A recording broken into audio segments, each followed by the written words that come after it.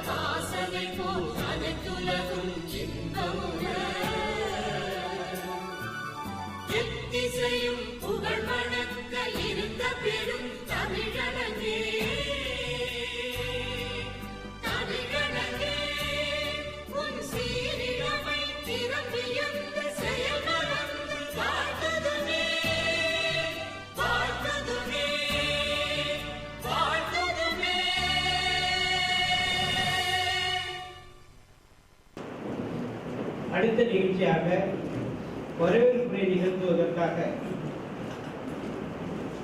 ஏவுகணை பத்திரிகையினுடைய ஆசிரியர் நெடுஞ்செழியன் அவர்கள் வரவேற்புரை நிகழ்த்துமாறு அன்போடு கேட்டுக்கொள்கிறேன். மதிப்புக்கும் மரியாதைக்கும் உரிய பார் கவுன்சில் மெம்பரும் உச்சநீதிமன்ற வழக்கறிஞருமான VN சுப்பிரமணியன் அவர்களே, மாண்புமிகு நீதியரசர் சமுதாய அக்கறையோடு சட்டப்படியும் சமுதாயத்தில் செயல்படும் நீதியரசர் அவர்களே, பாரதிதாசன் பல்கலைக்கழகத்தில் பணியாற்றி பெண்களுக்காக கிட்டத்தட்ட தன்னுடைய வாழ்க்கையை அர்ப்பணித்து வாழும் மணிமேகலை, பேராசிரியர் மணிமேகலை அவர்களே, தஞ்சையின் வழக்கறிஞரும் எனது இனிய நண்பரும் சமூக போராளியுமான ஜீவகுமார் அவர்களே, all press and media protection council deputy general secretary Saravanakumar அவர்களே, மற்றும் இதற்கு பிறகு கருத்தரங்கத்தில் கலந்து கொள்ள வருகை தந்திருக்கும் திரு நாகசுப்பிரமணியன், திரு S. கிள்ளிவளவன், திரு மாதேஸ்வரன், திரு கணேசமூர்த்தி, டாக்டர் S. ஆனந்தகுமார், காவல்துறையில் பணியாற்றி ஓய்வு பெற்ற, நேர்மையாக பணியாற்றி ஓய்வு பெற்ற திருமிகு மாணிக்கம் அவர்களே, அனைவரையும் வருக என்று வரவேற்கிறேன். இது ஒரு சம்பிரதாயமான வரவேற்புரையாக இல்லாமல் நான் ஏவுகணை என்ற பத்திரிகையின் ஆசிரியர் என்ற முறையில் ஒரு சில வார்த்தைகள் மட்டும் உங்களிடம் பகிர்ந்து கொள்ள விரும்புகிறேன். Mass multiple action for social solidarity என்ற அமைப்பு வழக்கறிஞர்களை உறுப்பினராக கொண்டும் NGO-க்களை அசோசியேட் மெம்பர்களாக கொண்டும் பதிவு செய்யப்பட்ட அமைப்பாக இயங்கி வருகிறது. இந்த அமைப்பு சமுதாய ஒத்திசைவிற்கான அனைத்து செயல்பாடுகளையும் செய்வதற்காக ஒத்த சிந்தனையாளர்களால் ஏற்படுத்தப்பட்ட அமைப்பாகும். இதன் நோக்கங்களை வலுவான முறையில் நிறைவேற்றுவதற்காக, வலுவான முறையில் மக்களிடம் சென்றடைவதற்காக ஏவுகணை என்ற பத்திரிகையை இந்த அமைப்பின் சார்பில் நடத்த துவங்கியிருக்கிறோம். இன்றைக்கு இந்த ஏவுகணை மாண்புமிகு நீதியரசரும் சமூக ஒத்திசைவிற்கான தன்னுடைய அனைத்து வகையிலும் அர்ப்பணிப்பு உணர்வு உள்ளவருமான நீதியரசர் அவர்கள் பொற்கரங்களால் இன்று வெளியிடப்படுகிறது. சிந்தனையை பொறுத்தவரை நாம் இங்கு கூடியிருக்கும் கூட்டம் வந்தபோது சொன்னார்கள் மிக குறைவான கூட்டம் இருக்கிறது என்று. இந்த மிக குறைவான கூட்டம் என்பது ஒவ்வொருவரும் ஒரு 1000 பேருக்கு சமமானவர்கள் என்று நான் கருதுகிறேன். இப்படி சமுதாய சீர்கேடுகளுக்கு எதிராக சமுதாயத்தினுடைய முன்னேற்றத்திற்காக சிந்திப்பதற்கான மக்கள் மிக குறைவான எண்ணிக்கையிலே இருக்கிறார்கள் என்பதற்கு இந்த கூட்டம் ஒரு சான்று. எங்களை பொறுத்தவரை அதிகபட்ச கூட்டம் வந்து அவர்கள் எந்த விதமான பயனும் இல்லாமல் செல்வதை விட ஒவ்வொருவரும் ஏதோ ஒரு பங்களிப்பை சமுதாயத்திற்கு தன்னாலும் பங்களிப்பை செய்யக்கூடிய மிகச்சிறிய எண்ணிக்கையிலான நபர்கள் வந்தாலே போதுமானது என்று நினைக்கிறோம். அந்த வகையில் உங்கள் ஒவ்வொருவரையும் வந்திருக்கும் அனைவரையும் உங்களுடைய எங்களுடன் இணைந்து பணியாற்ற வந்திருக்கும் உங்களை வருக வருக என்று வரவேற்கிறோம். ஏவுகணையை பொறுத்தவரை மாஸ் என்ற அமைப்பை பொறுத்தவரையும் நாங்கள் மாற்று கருத்துக்களுக்கும் இடம் கொடுப்பது என்ற ஒரு கொள்கை முடிவாகவே வைத்திருக்கிறோம். எங்களுக்கு இணைந்த கருத்தை நாங்கள் சொல்லக்கூடிய கருத்தை மட்டும் நீங்கள் அதில் பதிவு செய்ய வேண்டியதில்லை. எந்த கருத்தை வேண்டுமானால் பதிவு செய்ய வேண்டாம். அது நியாயமான நாகரிகமான முறையில் இருக்க வேண்டும். நாகரிகமான விவாதங்களின் அடிப்படையில் அமைய வேண்டும். அதுதான் ஜெயகாந்தன் ஒரு முறை, நாவலாசிரியர் ஜெயகாந்தன் ஒரு முறை சொன்னார், நான் எந்த கொள்கைக்கும் தாலி கட்டிக் கொள்ளவில்லை என்று. நாங்களும் எந்த கொள்கைக்கும் தாலி கட்டிக் கொள்ளவில்லை. நீங்கள் உங்களை பொறுத்தவரை எங்களுடைய கருத்துக்கள் தவறு என்றால் நிச்சயமாக அது தவறு என்று மறுத்து, அது எங்களுடைய அமைப்பினுடைய இது போன்ற விழாக்களாக இருந்தாலும் சரி, எங்களுடைய பத்திரிகையாக இருந்தாலும் சரி, அதில் நீங்கள் தாராளமாக உங்களுடைய கருத்தை பதிவு செய்யலாம். நீங்கள் சொல்வது தவறு, எந்த வகையில் தவறு என்பதை நீங்கள் சொல்ல வேண்டும். அதுதான் முக்கியம். ஏன்னா தமிழ்நாட்டை பொறுத்தவரை பல விஷயங்கள் இருக்கின்றன. அதாவது கொள்கை என்பதே இருப்பதில்லை. தமிழுக்கு எதிராக பேசினால் அவர் தமிழின விரோதி. தயவு செய்து நான் ஜாதியின் பெயரை குறிப்பிடுன்னு சொல்லவில்லை. தலித்துக்கு எதிராக பேசினால் அவர் பிற்போக்கு சிந்தனாவாதி, பெண்களுக்கு எதிராக பேசினால் அவர் பிற்போக்குவாதி என்ற விஷயங்கள் எப்படியோ சில கைகளில் இது மாதிரி ஒரு முத்திரை குத்துவதற்கான தகுதியை அவர்களாகவே உருவாக்கி கொண்டு இந்த சமுதாயத்தில் நிறைய பேருக்கு முத்திரை குத்தி அனுப்பிவிடுவார்கள். முற்போக்கு சிந்தனை என்பது மக்களின் முன்னேற்றத்திற்கு அல்லது சமுதாயத்தின் முன்னேற்றத்திற்கு எது சரி என்று எனக்கு தோன்றுகிறதோ அதை சொல்கிறேன். உங்களுக்கு இது சரியில்லை என்றால் நீங்கள் வாதம் செய்யுங்கள், இது எப்படி தவறு என்று நிரூபியுங்கள். அதை விடுத்துவிட்டு என்னை வந்து இவன் மோசமானவன், இவன் பிற்போக்குவாதி அப்படின்னு சொன்னால் என்ன நியாயம் இருக்கிறது? வாதங்கள் எங்கு வாதம் புரிவதற்கு தகுதி இல்லாமல் போகிறதோ அந்த இடத்தில் தனி மனித விமர்சனங்கள் உருவாகின்றன. ஏனென்றால் ஒரு வாதத்தை எதிர்வாதத்தால் வெல்ல முடியாதவர்கள் தனி மனித விமர்சனங்களை மிக மோசமான முறையில் செய்கிறார்கள். இந்த வகையில் நாங்கள் தயவு செய்து இங்கு வந்திருக்கும் நண்பர்கள் விமர்சனம் செய்வதற்கு, மாற்று கருத்துக்களை முன்வைப்பதற்கு, நாகரிகமான முன்வைப்பதற்கு பழக்கப்பட்டவர்கள், அதற்கு பக்குவப்பட்டவர்களும் கூட. ஆனால் வெளியிலிருந்து ஒரு விமர்சனங்களுக்காக இதை நான் சொல்ல விரும்புகிறேன். எங்களை பொறுத்தவரை விமர்சனங்கள், உங்களுடைய கருத்துக்கள் அனைத்துக்கும் இடம் கொடுப்போம். ஏவுகணையை பொறுத்தவரை அனைத்து கருத்துக்களுக்கும் மேடை அமைத்து தரும். நாகரிகமான விமர்சனங்கள் மட்டும் தேவை. இதை திரும்ப திரும்ப வலியுறுத்தி சொல்வதற்கு காரணம், ஒரு பக்கம் மீடியா இன்னைக்கு மீடியா நண்பர்கள், என்னுடைய நண்பர்கள் நிறைய பேர் மீடியா நண்பர்கள் வந்திருக்காங்க. மீடியாவை பொறுத்தவரை என்ன பண்றாங்கன்னா, அவங்க ஒரு பக்கம் ஒரு கலரைஸ்டு ஒரு பக்கத்தினுடைய ஒரு சார்பு நிலையை எடுத்துடுறாங்க. இன்னொரு பக்கம் சமூக ஊடகங்கள்னு எடுத்துக்கிட்டா அவங்களுக்கு எந்தவித கட்டுப்பாடும் இல்லை, கேட்பாரும் இல்லை, மேய்ப்பாரும் இல்லை. எங்கேயோ ஒரு இடத்துல உட்கார்ந்துட்டு எந்த விமர்சனம் வேணாலும் யாரை பத்தி வேணாலும் போடலாங்கிற ஒரு சூழ்நிலை இருக்குது. ஏன் அப்படின்னா இது நான் சொல்றது ரொம்ப கேவலமா நம்ம வந்து ஒரு வார்த்தைக்கு கீழடங்கி சொல்லணும்னா இது வந்து ஒரு தைரியம் இல்லாத ஒரு நிலை. நான் எங்க இருக்கேன் என் முகத்தையே தெரியாம ஏதோ ஒரு ஃபேக் ஐடி உருவாக்கி தப்பான முறையில் விமர்சனம் பண்றதுங்கிறது மிக மிக மிக மிக மோசமான ஒரு செயல்பாடு. அதனால இதுக்கு ரெண்டுக்கும் இடையில் நாங்கள் ஒரு பக்கமாக செயல்படாமல் எங்கள் மனதுக்கு தோன்றியதை, எங்களுக்கு மனதுக்கு தோன்றியதை அல்ல, மனதுக்கு சரி என்று தோன்றியதை, அது நிர்வாக விஷயமானாலும் சரி, நீதித்துறை விஷயமானாலும் சரி, எந்த சமுதாய பிரச்சனைகளாக இருந்தாலும் சரி, அதனுடைய விளைவுகள் என்னவானாலும் சரி, எந்த விளைவுகளையும் எதிர்நோக்கும் தைரியத்தோடு அந்த கருத்துக்களை பதிவிடுவோம் என்பதை இந்த கூட்டத்தில் உங்கள் அனைவரின் முன்னால் பதிவு செய்கிறேன். இதற்கு நீங்கள் முழு ஒத்துழைப்பு தர வேண்டும் என்றும் இது போன்ற ஒரு முயற்சியை முன்னெடுத்து செல்ல இதுபோல் இன்னும் பல பேர்கள் உருவாக எங்களை ஆதரியுங்கள் என்றும் நான் இந்த கூட்டத்தின் மூலம் கேட்டுக்கொள்கிறேன். வரவேற்புரை என்பது மிக நீண்ட உரையாக மாறிவிட்டதற்காக உங்களிடம் மன்னிப்பு கேட்டுக்கொள்கிறேன். நன்றி, வணக்கம். பொன்னாடை தொட்டு வரவேற்கிற நிகழ்ச்சி மாண்புமிகு நீதியரசர் அவர்களுக்கு ஏவுகணை பத்திரிகை ஆசிரியர் அவர்கள் சிறப்பு செய்கிறார்கள்.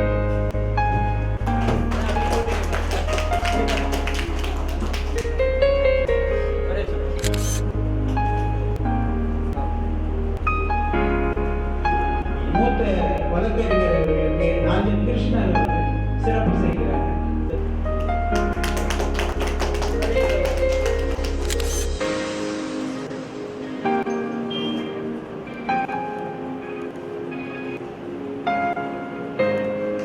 வழக்கறிஞர் ஜீவகுமார் அவர்களுக்கு சங்கர் அவர்கள் பொன்னாடை அணிவிக்கிறார்.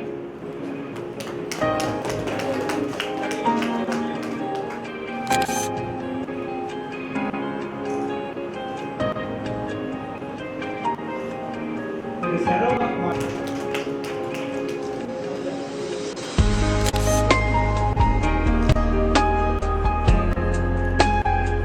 பேராசிரியர் மணிமேகலை அவர்களுக்கு திலகம் நெடுஞ்செழியன் அவர்கள் சிறப்பு செய்கிறார்.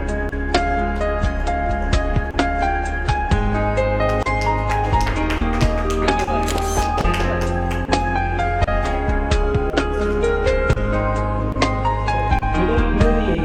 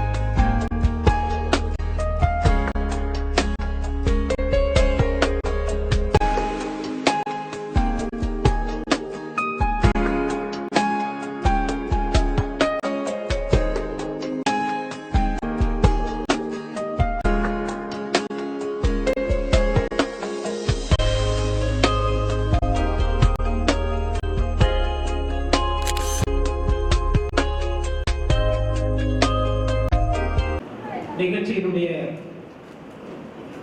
முக்கிய நிகழ்வாக மாண்புமிகு நீதியரசர் அவர்கள் நூலை வெளியிட்டிருக்கிறார்கள்.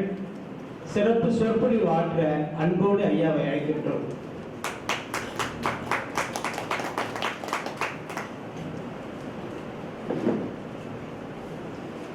ஏவுகணை பத்திரிகையின் ஆசிரியரும் வழக்கறிஞருமான திரு நெடுஞ்செழியன் அவர்களே,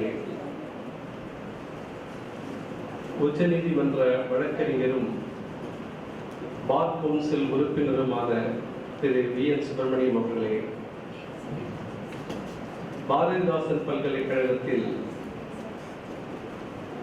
பெண்கள் மேம்பாட்டுத் துறையின் பேராசிரியராக இருக்கும் திருமதி மணிமேகலை அவர்களே, தஞ்சை வழக்கறிஞர் சங்கத்தினுடைய தலைவர் திரு ஜீவகுமார் அவர்களே,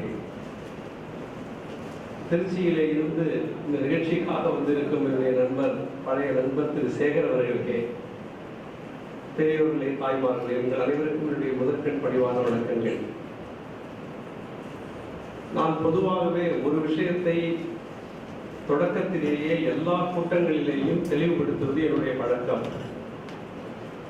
அது என்ன தெளிவு என்றால், நான் 9:15 மணிக்கு தயாராகிவிட்டேன். இதை எதற்கு சொல்லுகிறேன் என்றால், ஏன் கூட்டம் தாமதமாக ஆரம்பிக்கப்பட்டது என்று யாராவது கேள்வி எழுப்பினால் அது என்னால் அல்ல என்று நீங்கள் தெரிந்து கொள்ள வேண்டும். அது தாமதமாக ஆரம்பிப்பதை பற்றி எனக்கு ஒன்றும் கவலை இல்லை. ஆனால் பல பேர் என்ன நினைக்கிறார்கள் என்றால், நீதிதான் தாமதமாக வருகிறது என்றால் நீதிபதியும் தாமதமாக வருகிறார் என்று பல பேர் நினைத்து வருகிறார்கள். ஆனால் நீதிபதி தாமதமாக வரவில்லை, என்னால் இந்த காலதாமதம் இல்லை என்பதை நான் எல்லா கூட்டங்களிலேயும் சொல்வேன். ஏன்னா பொதுவாக எல்லா கூட்டங்களும் காலதாமதமாகத்தான் ஆரம்பிக்கலாம். இல்லை என்றால் அந்த கூட்டத்திற்கான இலக்கண வரம்பை மீறி போகிறது என்று மக்கள் நினைக்கிறார்கள். இதில் நெடுஞ்செழியன் அவர்கள் கிட்டத்தட்ட ஒரு 4 மாதங்களாக அவர் மட்டும் பகீரதனாக இருந்திருந்தால் கங்கையே இங்கே கொண்டு வந்திருப்பார்கள். அது மாதிரி பகீரத பிரயத்தனம் செய்து நான் என்றைக்கு வருகிறேனோ அன்றைக்குத்தான் இந்த பத்திரிகை தொடக்க விழா நடக்கும் என்று 4 மாதங்களாக இந்த பத்திரிகை, அந்த காலதாமதத்திற்கு நான் தான் காரணம், அதை நான் ஒத்துக்கொள்கிறேன்.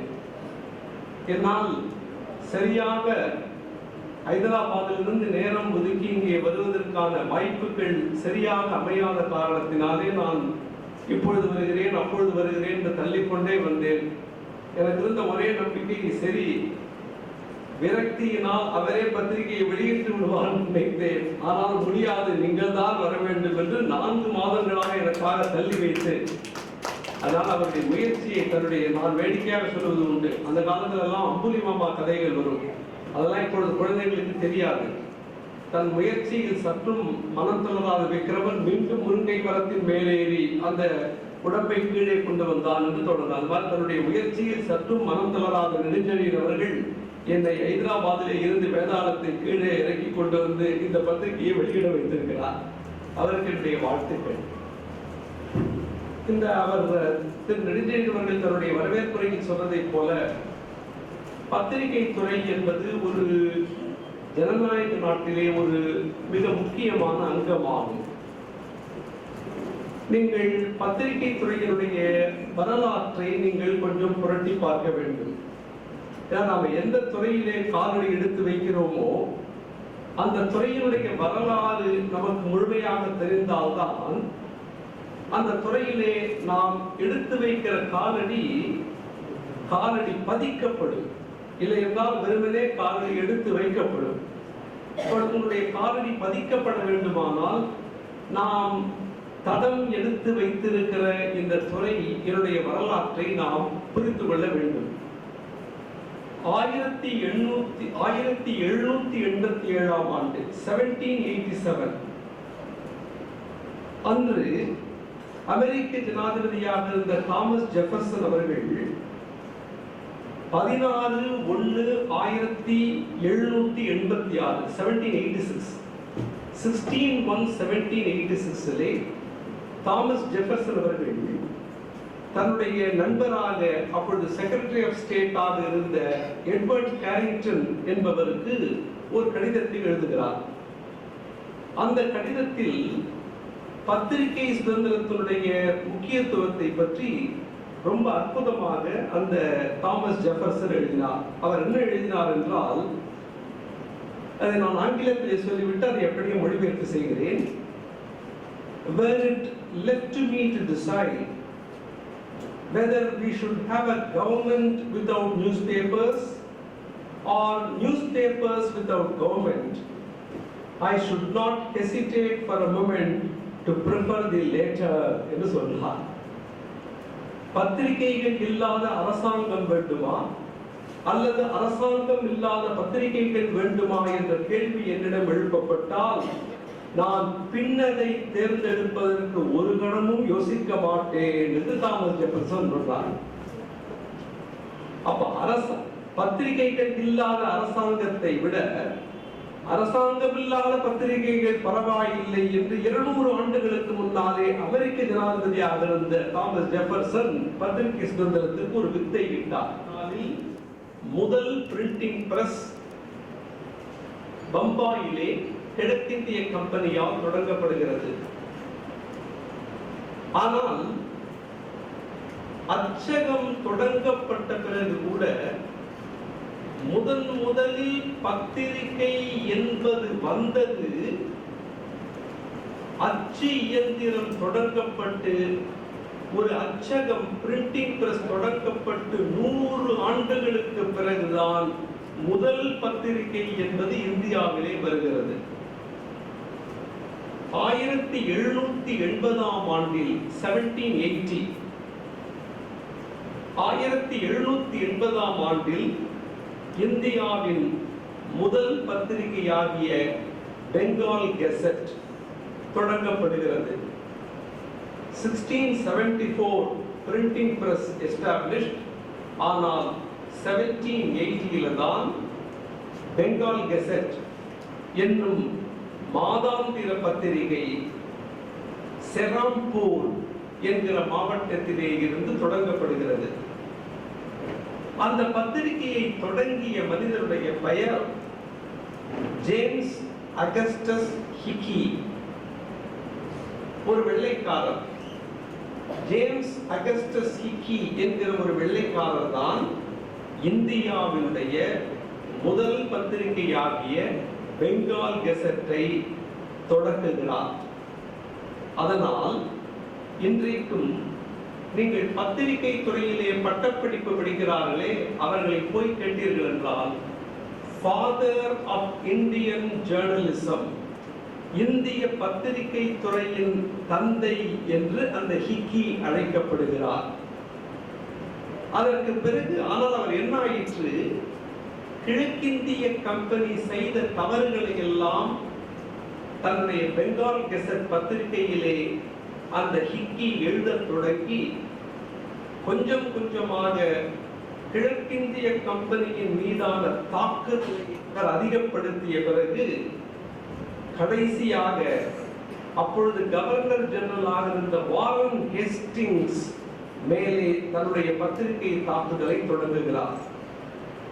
எப்பொழுது கவர்னர் ஜெனரல் ஆகிய வாரன் ஹேஸ்டிங்ஸ் மேலே அந்த ஜேம்ஸ் அகஸ்டஸ் ஹிக்கி தாக்குதல் நடத்தினாரோ, உடனடியாக அவர் மேலே அவதூறு வழக்கு போடப்பட்டு அந்த ஜேம்ஸ் அகஸ்டஸ் ஹிக்கி சிறையிலே அடைக்கப்படுகிறார்.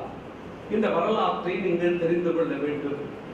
இந்திய பத்திரிகை துறையின் தந்தை என்று போற்றப்படுகிற ஜேம்ஸ் அகஸ்டஸ் ஹிக்கி, இந்தியாவின் முதல் பத்திரிகையை தொடங்கிய ஜேம்ஸ் அகஸ்டஸ் ஹிக்கி அவதூறு குற்ற வழக்கிற்கு உள்ளானார்.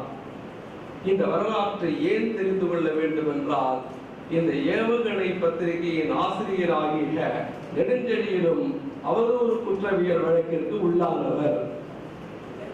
அந்த வரலாறிலே இருந்து இந்த வரலாறை நீங்கள் பிடிக்க வேண்டும். அதற்கு பிறகு நடந்த வரலாறை நீங்கள் தெரிந்து கொள்ள தேவையில்லை. இதற்கு பிறகு இரண்டாவதாக 1818 அக்டோபர் மாதம் கல்கட்டா ஜேர்னல் என்கிற வாரம் இருமுறை பைவீக்லி பத்திரிகை ஜேம்ஸ் சில்க் பக்கிங்ஹாம் என்கிற வெள்ளையனால் தொடங்கப்படுகிறது. பக்கிங்ஹாம், சில்க் பக்கிங்ஹாம் என்கிற ஒருவர் தான் இந்தியாவின் இரண்டாவது பத்திரிகையாகிய கல்கட்டா ஜேர்னலை தொடங்குகிறார். அவர்தான் முதலில் பத்திரிகை சுதந்திரத்திற்கான, கருத்து சுதந்திரத்திற்கான வித்துக்களை அந்த சில்க் பக்கிங்ஹாம் விதைத்தார். அவர் சொன்னதை நான் ஆங்கிலத்திலே படிக்கிறேன், பிறகு தமிழிலே மொழிபெயர்க்கிறேன். அவர் சொன்னார், if knowledge is a blessing and ignorance a curse, a well-conducted press that dispels the latter and promotes the former must be as deserving of our support as the schools and other institutions established for the same purpose, since they are only different branches of the same tree. என்று சொன்னார்.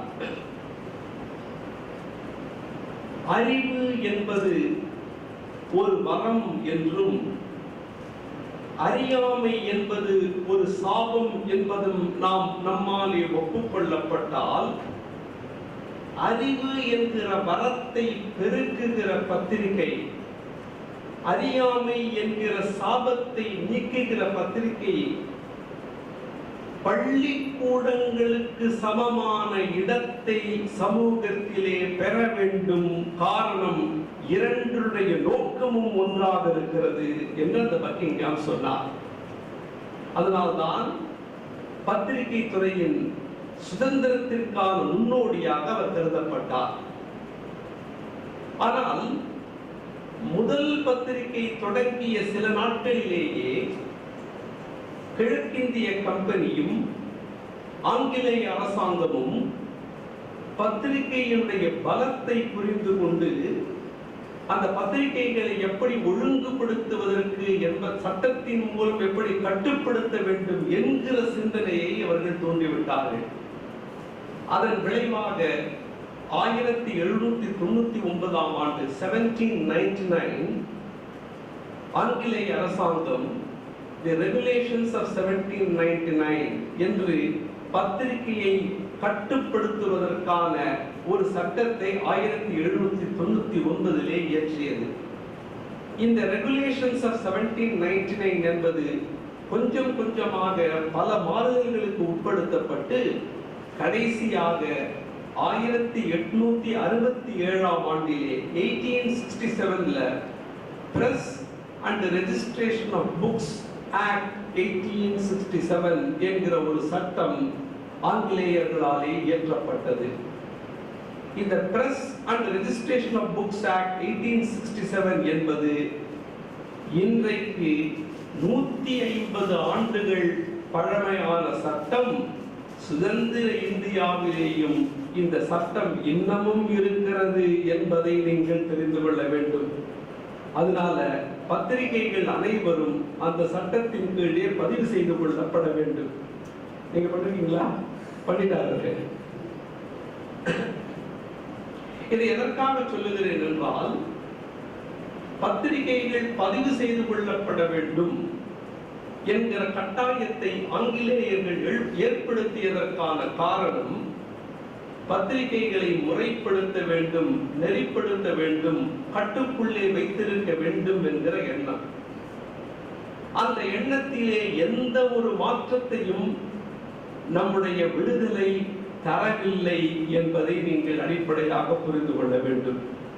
அதனால்தான் சுதந்திரம் வந்து 70 ஆண்டுகளுக்கு பிறகும் கூட இன்னமும் அதே சட்டத்தை நாம் கையிலே வைத்துக் கொண்டிருக்கிறோம்.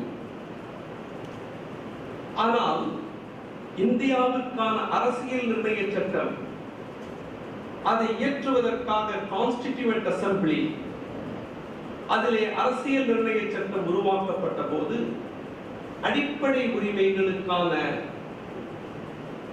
ஷரத்துக்களை பற்றிய விவாதம் அந்த கான்ஸ்டிடியூண்ட் அசெம்பிளியில் நடக்கிறது.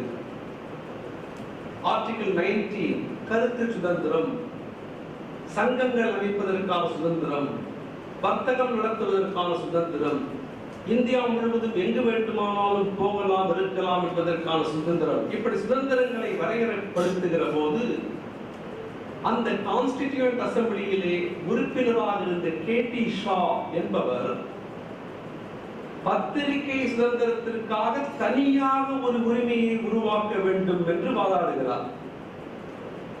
ஃபண்டமெண்டல் ரைட்ஸ் ஆர்டிகிள் 19ல வருகிற ஃபண்டமெண்டல் ரைட்ஸ்ல ஃப்ரீடம் ஆஃப் தி பிரஸ் என்பது தனி இடத்தை பெற வேண்டும் என்று KT ஷா போன்றவர்கள் வாதிடுகிறார்கள். இறுதியாக அந்த வாதத்தின் முடிவிலே பல பேர் அதை மறுக்கிறார்கள். அந்த வாதத்தின் முடிவிலே டாக்டர் அம்பேத்கர் அவர்கள் அந்த வாதங்களை தொகுத்து ஒரு கருத்தை முன்வைத்தார். Freedom of speech and expression article 19(1)A அந்த கருத்து சுதந்திரம் என்பதை தனி மனிதர்களுக்கான கருத்து சுதந்திரம் என்கிற அடிப்படையிலே உருவாக்கி இருக்கிறோம். பத்திரிகை என்பது ஒரு தனி மனிதனின் விரிவாக்கப்பட்ட ஒரு நிறுவனமே தவிர தனி மனிதர்களுக்கும் பத்திரிகைகளுக்கும் எந்த விதமான வேறுபாட்டையும் நீங்கள் கொண்டு வர முடியாது. எனவே பத்திரிகை சுதந்திரம் என்பது தனி மனிதனுடைய கருத்து சுதந்திரத்திற்குள்ளே அடக்கம் என்று சொல்லி அந்த வாதத்தை முற்றும் பெற வைக்கிறார் டாக்டர் அம்பேத்கர் அவர்கள். அதன் பிறகு நாம் அதே பிரசன்ட் ரெஜிஸ்ட்ரேஷன் ஆஃப் புக்ஸ் ஆக்டை 1867 சட்டத்தை நாம் தொடர்ந்து நாம் கையாள கொண்டிருக்கிறோம்.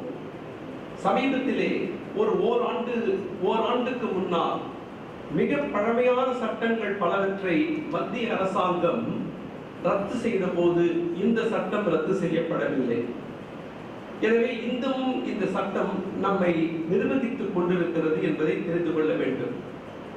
இந்த சட்டத்தின் கீழே இன்றைக்கு இந்தியா முழுவதும் பதிவு செய்யப்பட்டிருக்கிற பத்திரிகைகளின் எண்ணிக்கை, அந்த பத்திரிகைகளை படிப்பவர்களுடைய எண்ணிக்கை, அந்த பத்திரிகைகள் எந்தெந்த மொழியிலே பதிவு செய்யப்பட்டிருக்கின்றன என்பதை பற்றிய புள்ளி விவரங்களை நீங்கள் கொஞ்சம் பார்க்க வேண்டும். இதை பற்றியெல்லாம் பார்த்த பிறகுதான் எங்கே வெற்றிடம் இருக்கிறது, அந்த வெற்றிடத்தை நாம் எப்படி நிரப்ப வேண்டும் என்கிற அடிப்படை கருத்தியல் உங்களிடையே உருவாகும். 2016 டிசம்பர் வரை registrar of newspapers of India RNI என்பவரிடம் பதிவு செய்யப்பட்ட தினசரி, வாரம் இருமுறை, வாரம் ஒரு முறை, மாதம் இருமுறை, மாதம் ஒரு முறை, இப்படிப்பட்ட பல்வேறு தரப்பட்ட பத்திரிகைகள் ரெஜிஸ்ட்ரார் ஆஃப் நியூஸ் பேப்பர்ஸிடம் பதிவு செய்யப்பட்ட பப்ளிகேஷன்ஸ் 1,10,851.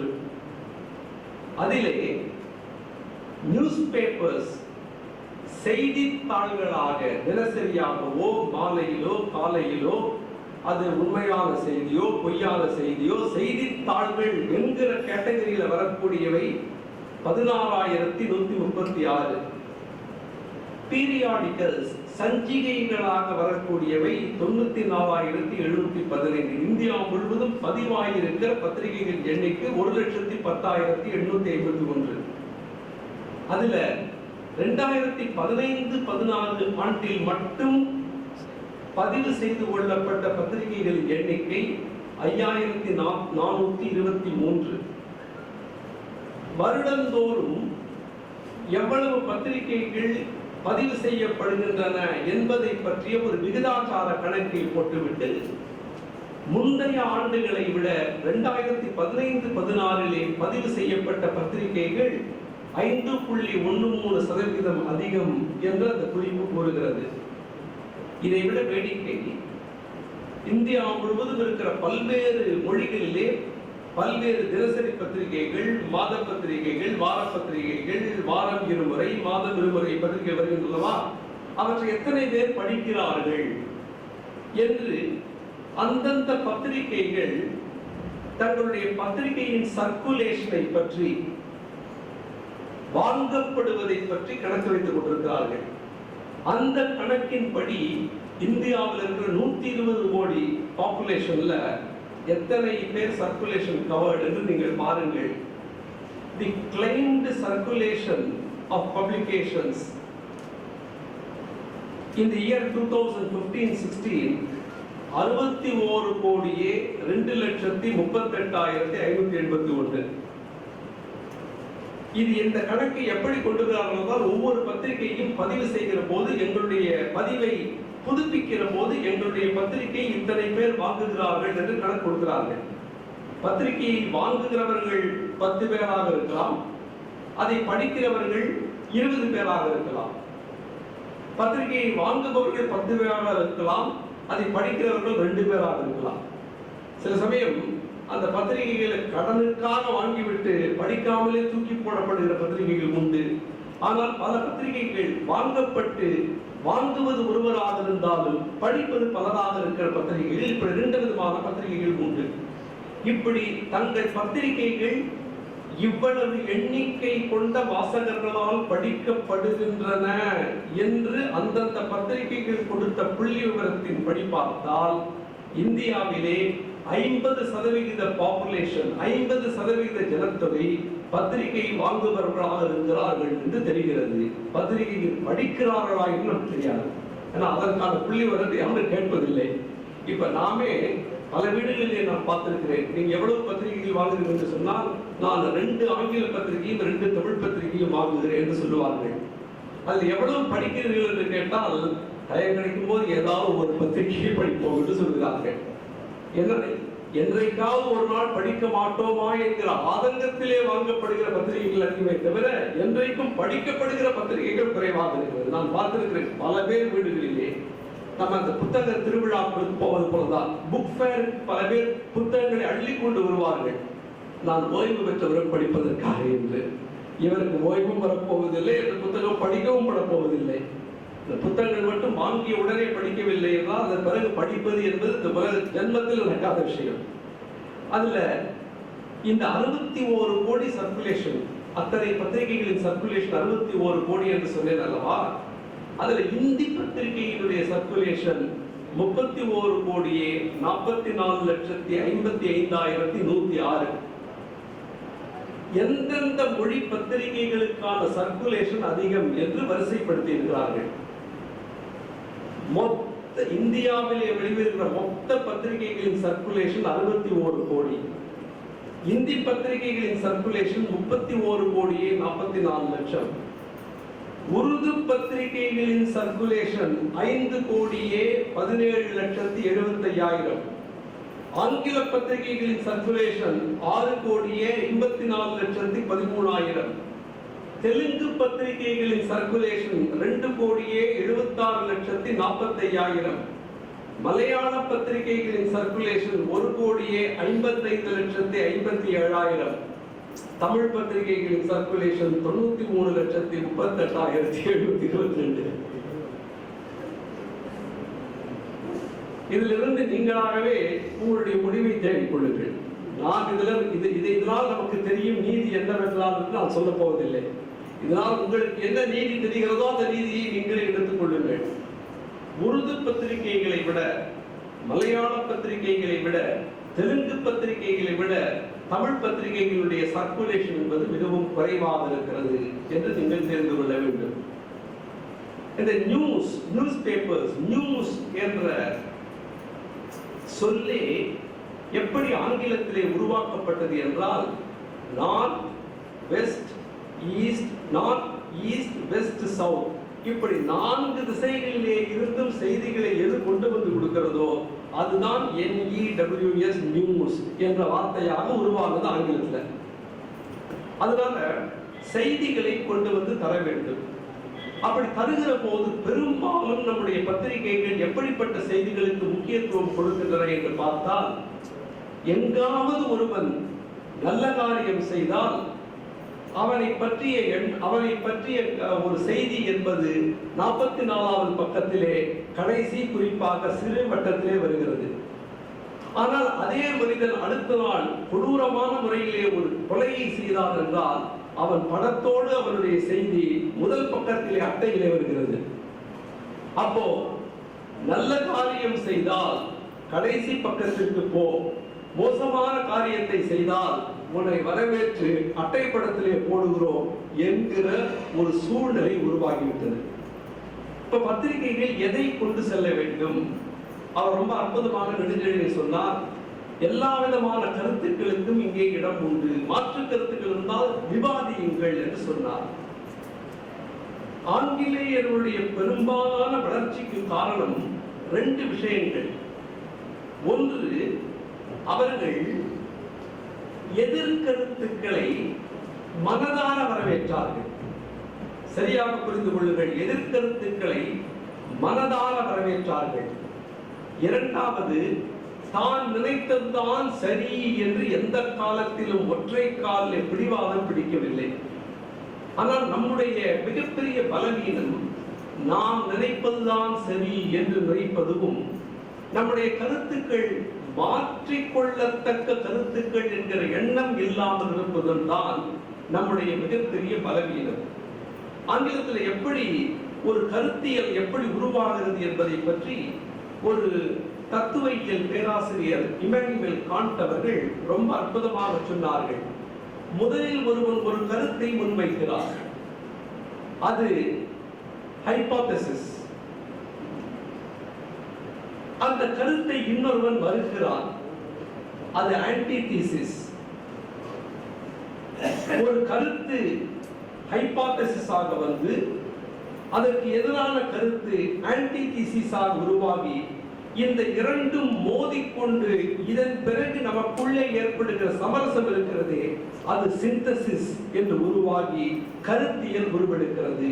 ஹைபோதசிஸ், ஆன்டிதீசிஸ், கடைசியில சிந்தசிஸ். இப்படி ஒரு நல்ல கருத்து என்பது ஒரு கருத்து, அதனுடைய மாற்று கருத்து, இந்த மோதல்களின் விரைவாக பிறக்கிற இன்னொரு கருத்து கருத்தியலாக உருவாகிறது. நம்முடைய மிகப்பெரிய பலவீனம் என்ன என்று சொன்னால், எந்த கருத்திற்கான எதிர்கருத்தையும் நாம் அறிவுபூர்வமாக ஏற்றுக்கொள்ள தயாராக இல்லை. எந்த கருத்தையும் அவர் சொன்னதை போல, இது தமிழனுக்கான கருத்தா, இது தெலுங்கனுக்கான கருத்தா, இது இந்த மதத்தை சேர்ந்தவனுக்கான கருத்தா, இது அந்த மதத்தை சேர்ந்தவனுக்கான கருத்தா, இது இந்த நிறத்தவனுக்கான கருத்தா, இது அந்த நிறத்தவனுக்கான கருத்தா, இது ஆண்பாலுக்கான கருத்தா, இது பெண்பாலுக்கான கருத்தா என்று எல்லா கருத்தையும் ஒரு சார்புடையதாக நாம் ஒரு கையிலே ஒரு தூரிகையை வைத்துக் கொண்டு பெயிண்ட் பண்ண, வர்ணம் அடிக்க தொடங்கிவிட்டோம். என்றைக்கு எல்லா கருத்துக்களுக்கும் நாம் சாயம் பூசுகிறோமோ அன்றே நம்முடைய வளர்ச்சி முடங்கி போய்விட்டது என்பதை நீங்கள் தெரிந்து கொள்ள வேண்டும். அந்த கருத்து சாயம் பூசப்பட்ட கருத்தாகவே இருந்தாலும் கூட அதற்கு எதிர்கருத்தை நீங்கள் உருவாக்குகிற போது, அந்த எதிர்கருத்தை அறிவுபூர்வமாக நீங்கள் சிந்திக்கிற போது, அந்த கருத்திலே அதன் முன்னாலே அந்த உண்மை என்கிற நெருப்பின் முன்னால் நிற்க முடியாமல் அழிந்து போகிறது. இந்த உண்மைதான் பத்திரிகை துறையின் சுதந்திரத்திற்கான அடிப்படை காரணமாக இருக்க வேண்டும். அப்படிப்பட்ட ஒரு வலுவான கருத்தை, ஒரு வலுவான கருத்தியலை, வலுவான ஒரு சிந்தசிஸை அடிப்படையாக கொண்டு இந்த ஏவுகணை பத்திரிகை தன்னுடைய வீரர்களை போடும் என்று அதை வாழ்த்தி வாய்ப்புக்கு நன்றி கூறி அடுத்ததாக நீதி அரசர் அவர்கள் எடுத்து சொன்ன அவ்வளவு கருத்துக்களையும் நீங்கள் எல்லாம் கேட்டிருப்பீர்கள்.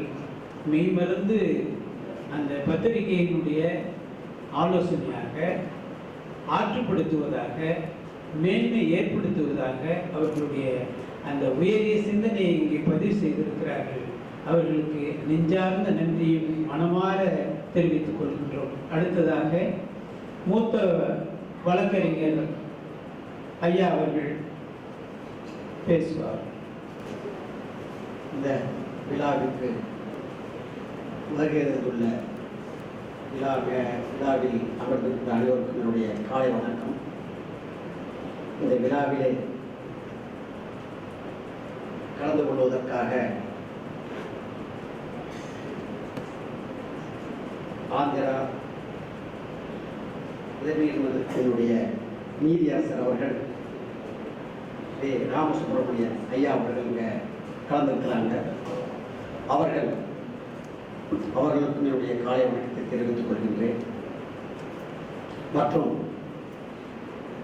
Woman enterprises association Bharathidasan university உடைய தலைவர் மணிமேகலை அவர்களும் ஜீவகுமார், சரவணகுமார் மற்றும் இதனுடைய பத்திரிகையினுடைய தலைவர் ஆசிரியர் நெடுஞ்செழியன் அவர்களுக்கும் என்னுடைய காலை வணக்கத்தை தெரிவித்துக் கொள்கிறேன். இந்த விழா ஐயா அவர்கள் சொன்னாங்க, நீதியரசர் அவர்கள் கடந்த 4 மாதங்களாக மிஸ்டர் நெடுஞ்செழியன் அவர்கள் ஐயா அவர்களை தொடர்பு கொண்டு இந்த பத்திரிகை வெளியீட்டு விழாவிற்காக வருகை தர வேண்டும் என்று கேட்டுக்கொண்டதாக அது ஐயா அவர்கள் இந்த மேடையிலே நிதர்சனமாக வெளிப்படையாக சொன்னதில் உண்மையிலேயே நான் பெருமைப்படுகின்றேன். காரணம் என்னவென்றால், நான் நெடுஞ்செழியன் மிஸ்டர் கிள்ளிவளவன் சாரிடம் பேசுகின்ற பொழுது, நீங்கள் இந்த பத்திரிகையை வெளியிட வேண்டும் என்றால் நீதியரசருடைய கையிலிருந்து தான் இந்த பத்திரிகையை வெளியிட வேண்டும் என்று நான் கூறினேன். அதே போல ஒரு கருத்தை நான் தெரிவிக்க விரும்புகின்றேன். என்னவென்றால், இங்க கூட்டம் குறைவா இருக்குது, ஒருத்தருக்கு 100 பேர் சமூகல. நீதியரசர் அவர்களுடைய கையிலிருந்து வெளிப்பட்ட அந்த பத்திரிகை லட்சக்கணக்கான உறுப்பினருக்கு சமமானது. காரணம் என்னவென்றால், நீதியரசர் அவர்கள், நீங்க பத்திரிகையில நீங்க படிச்சிருக்கிறீங்களோ இல்லையா எனக்கு தெரியாது. நான் அவரிடம் அவருடைய கோர்ட்ல நான் கேஸுக்காக அப்பீல் ஆயிருக்கேன். அதுவும் ஒரு மிக கிரிட்டிக்கலான சூழ்நிலையில் அவருக்கு முன்னாடி நான் அப்பீல் ஆயிருக்கேன். அவர்கள் எழுதக்கூடிய எழுத்து அவருக்கு உன்னதமானதாக இருக்கும். அவருக்கு ஸ்மார்ட்டா இருக்கும். நீங்க அந்த கட்டுரைகள்லாம் நீங்க படிக்கணும். அதுதான் பத்திரிகையில் எழுதுவதனுடைய இப்படித்தான் எழுதணும் ஒரு வரையறை இருக்கிறது. ஒரு தீசிஸ் பிரிப்பேர் பண்றதுன்னா இப்படித்தான் ஒரு வரையறை இருக்கிறது. நாம பாத்தீங்கன்னா பல இடத்துல பல கட்டுரையிலிருந்து எடுத்து அப்படியே காப்பி அண்ட் பேஸ்ட் போட்டு நம்முடைய அப்படியே எழுதிடுவோம் நம்ம. ஆனா வெளிநாட்டில் எல்லாம் அப்படி கிடையாது, அப்படி எழுத முடியாது. ஒரு கருத்துக்களே ஒரு கட்டுரை எழுதுறீங்கன்னா அந்த கட்டுரை எழுதுவது இப்படித்தான் ஒரு ரூல்ஸ் வச்சிருக்கிறாங்க. ஆமா, நம்ம நாட்டில் அப்படி கிடையாது. பழைய புத்தகத்துல அங்க 4 வரி எடுத்து போடுறது, இங்க 4 வரி எடுத்து கட் அண்ட் பேஸ்ட் போட்டு உடனே ஒரு கட்டுரை உடனே செய்தித்தாள் நான் பார்த்துட்டு இருக்கேன். இன்னைக்கு இல்ல, எல்லா பத்திரிகையிலும் அப்படித்தான்.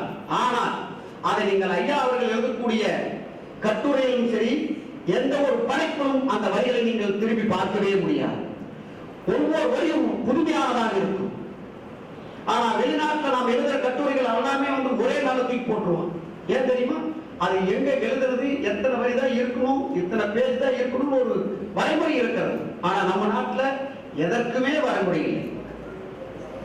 ஐயா அவர்கள் சொன்னார்கள், அதாவது பத்திரிகை எங்கே ஆரம்பித்தது, எப்படி இப்போ எந்த சூழ்நிலையில் உயர்ந்து நிற்கிறது என்பது தெளிவா சொல்லிட்டாங்க. அதில் பேச வேண்டியது அவசியமே இல்லை. நெடுஞ்செழியன் சார் அவர்களிடம் ஒரு வேண்டுகோளை வைக்கின்றேன். ஐயா அவர்கள் பேசிய கருத்துக்களை, பத்திரிகை சம்பந்தமாக சொன்ன கருத்துக்களை அடுத்த இதழில் தெளிவாக வெளியிட்டால், உண்மையாலுமே பத்திரிகை எப்பொழுது ஆரம்பிக்கப்பட்டது, எப்படி பிரஸ் மீடியா எல்லாம் எப்படி டெவலப் ஆச்சு அப்படிங்கிறத பத்தி உண்மையாலுமே ஒரு மிகப்பெரிய ஒரு விழிப்புணர்வாக இருக்கும். ஏன்னா அதுதான் ரொம்ப முக்கியம். அடிப்படையை நமக்கு மறந்துட்டோம்.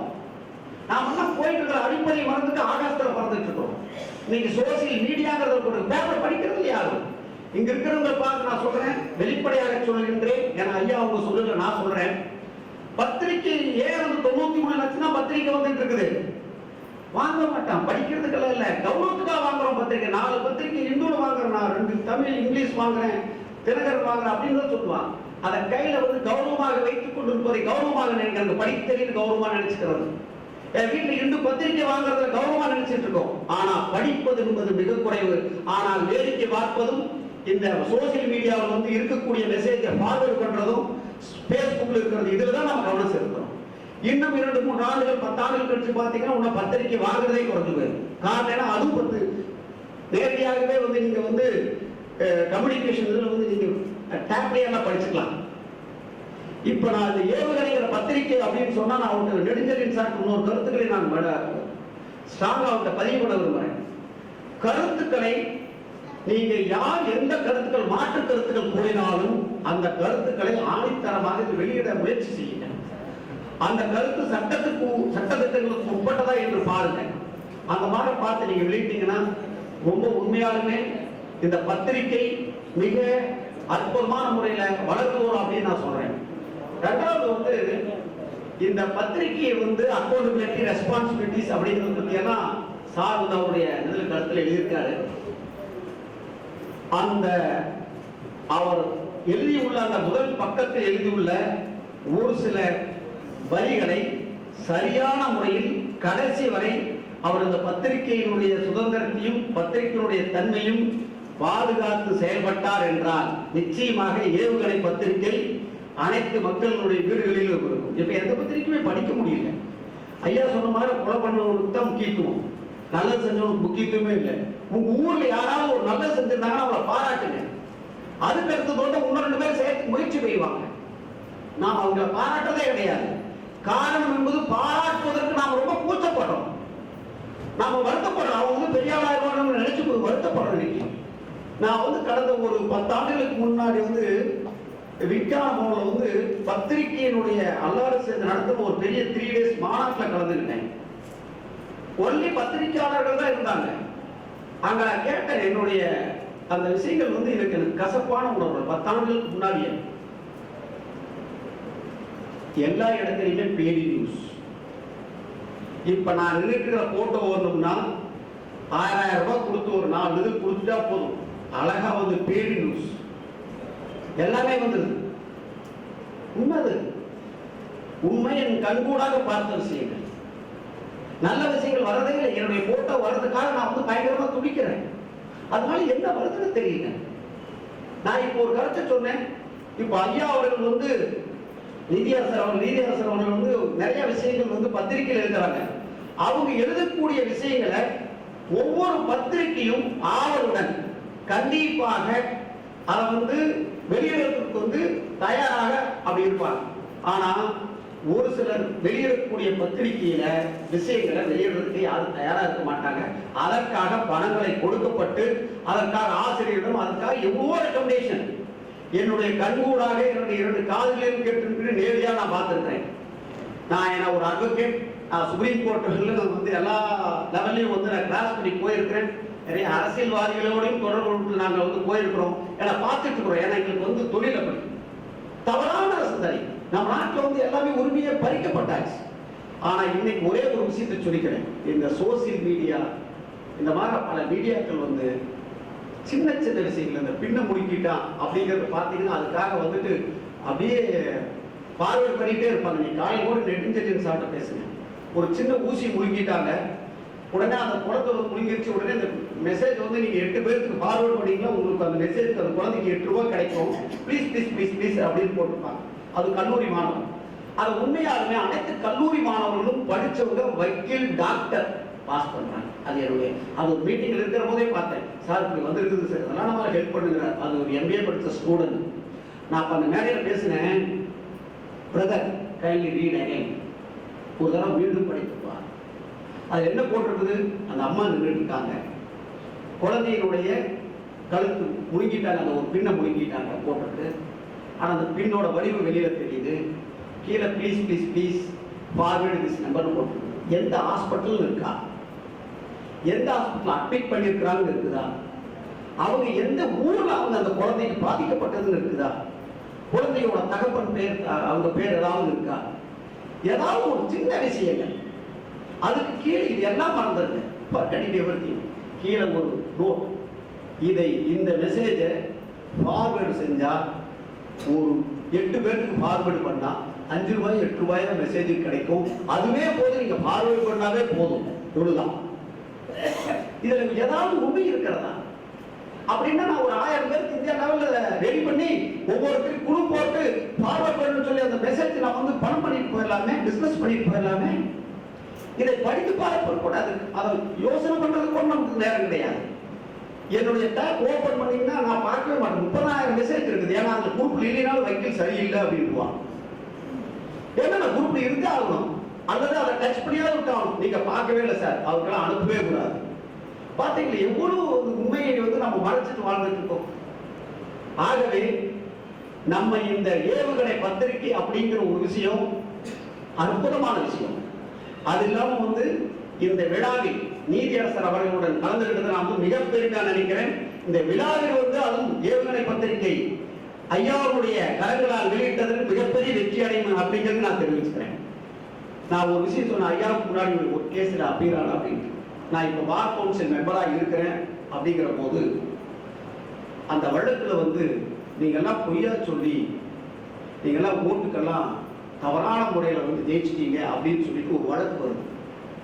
அந்த வழக்கு மாண்புமிகு ஐயா அவர்களுடைய கோர்ட்ல அவருக்கு முன்னாடி தான் வந்தது. எனக்கு அதுக்கு முன்னாடி அந்த வழக்கினுடைய தன்மை பத்தி எனக்கு தெரியல. கேஸ் போட்டாங்க அப்படின்னாங்க, யார் போட்டிருக்கிறாங்க அப்படின்னாலும் எனக்கு தெரியல. திடீர்னு சொன்னாங்க you are also one of the member, 6 பேர்ல நீங்களும் ஒரு மெம்பர் அப்படின்னு சொல்லிட்டாங்க. நான் அன்னைக்கு அந்த கோர்ட்ல போயிட்டு செகண்ட் மெம்பரா உட்கார்ந்துட்டு முன்னாடி அந்த வழக்கினுடைய ஒரு ஆர்டர் போட்டு, if you have the courage you file a petition before me, that means application, and I will dispose அப்படின்னு சொன்னாங்க.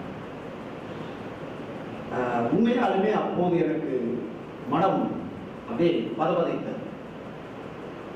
அப்படி கொஞ்சம் ஒரு நிமிஷம் என்னுடைய கைகள் கால்கள் எல்லாமே அப்படியே நடுங்குச்சு. யாரும் சொல்ல முடியாது. அங்க உட்கார்ந்து எல்லாரும் சீனியர் அட்வொகேட்ஸ் இருக்காங்க, எல்லாருமே இருக்காங்க. இருக்கிற போது ஒரு நீதிபதி அவர்கள் ஓப்பன் கோர்ட்ல if you have the courage, உனக்கு ஒரு பயம் உணர்வு எதுவுமே இல்லைன்னா நீ வந்து கோர்ட்ல முன்னாடி ஃபைல் பண்ணு, we will beat out the case, dispose the case அப்படின்னு யார் சொல்லுவாங்க? அந்த வழக்கு மீண்டும் வேறு பெஞ்சுக்கு வந்து அப்பீல் பண்ணப்பட்டது. அந்த வழக்கில் வந்தது. ஏன்னா நான் என்ன நடந்ததுன்னு அது வேறு பிரச்சனைகள்.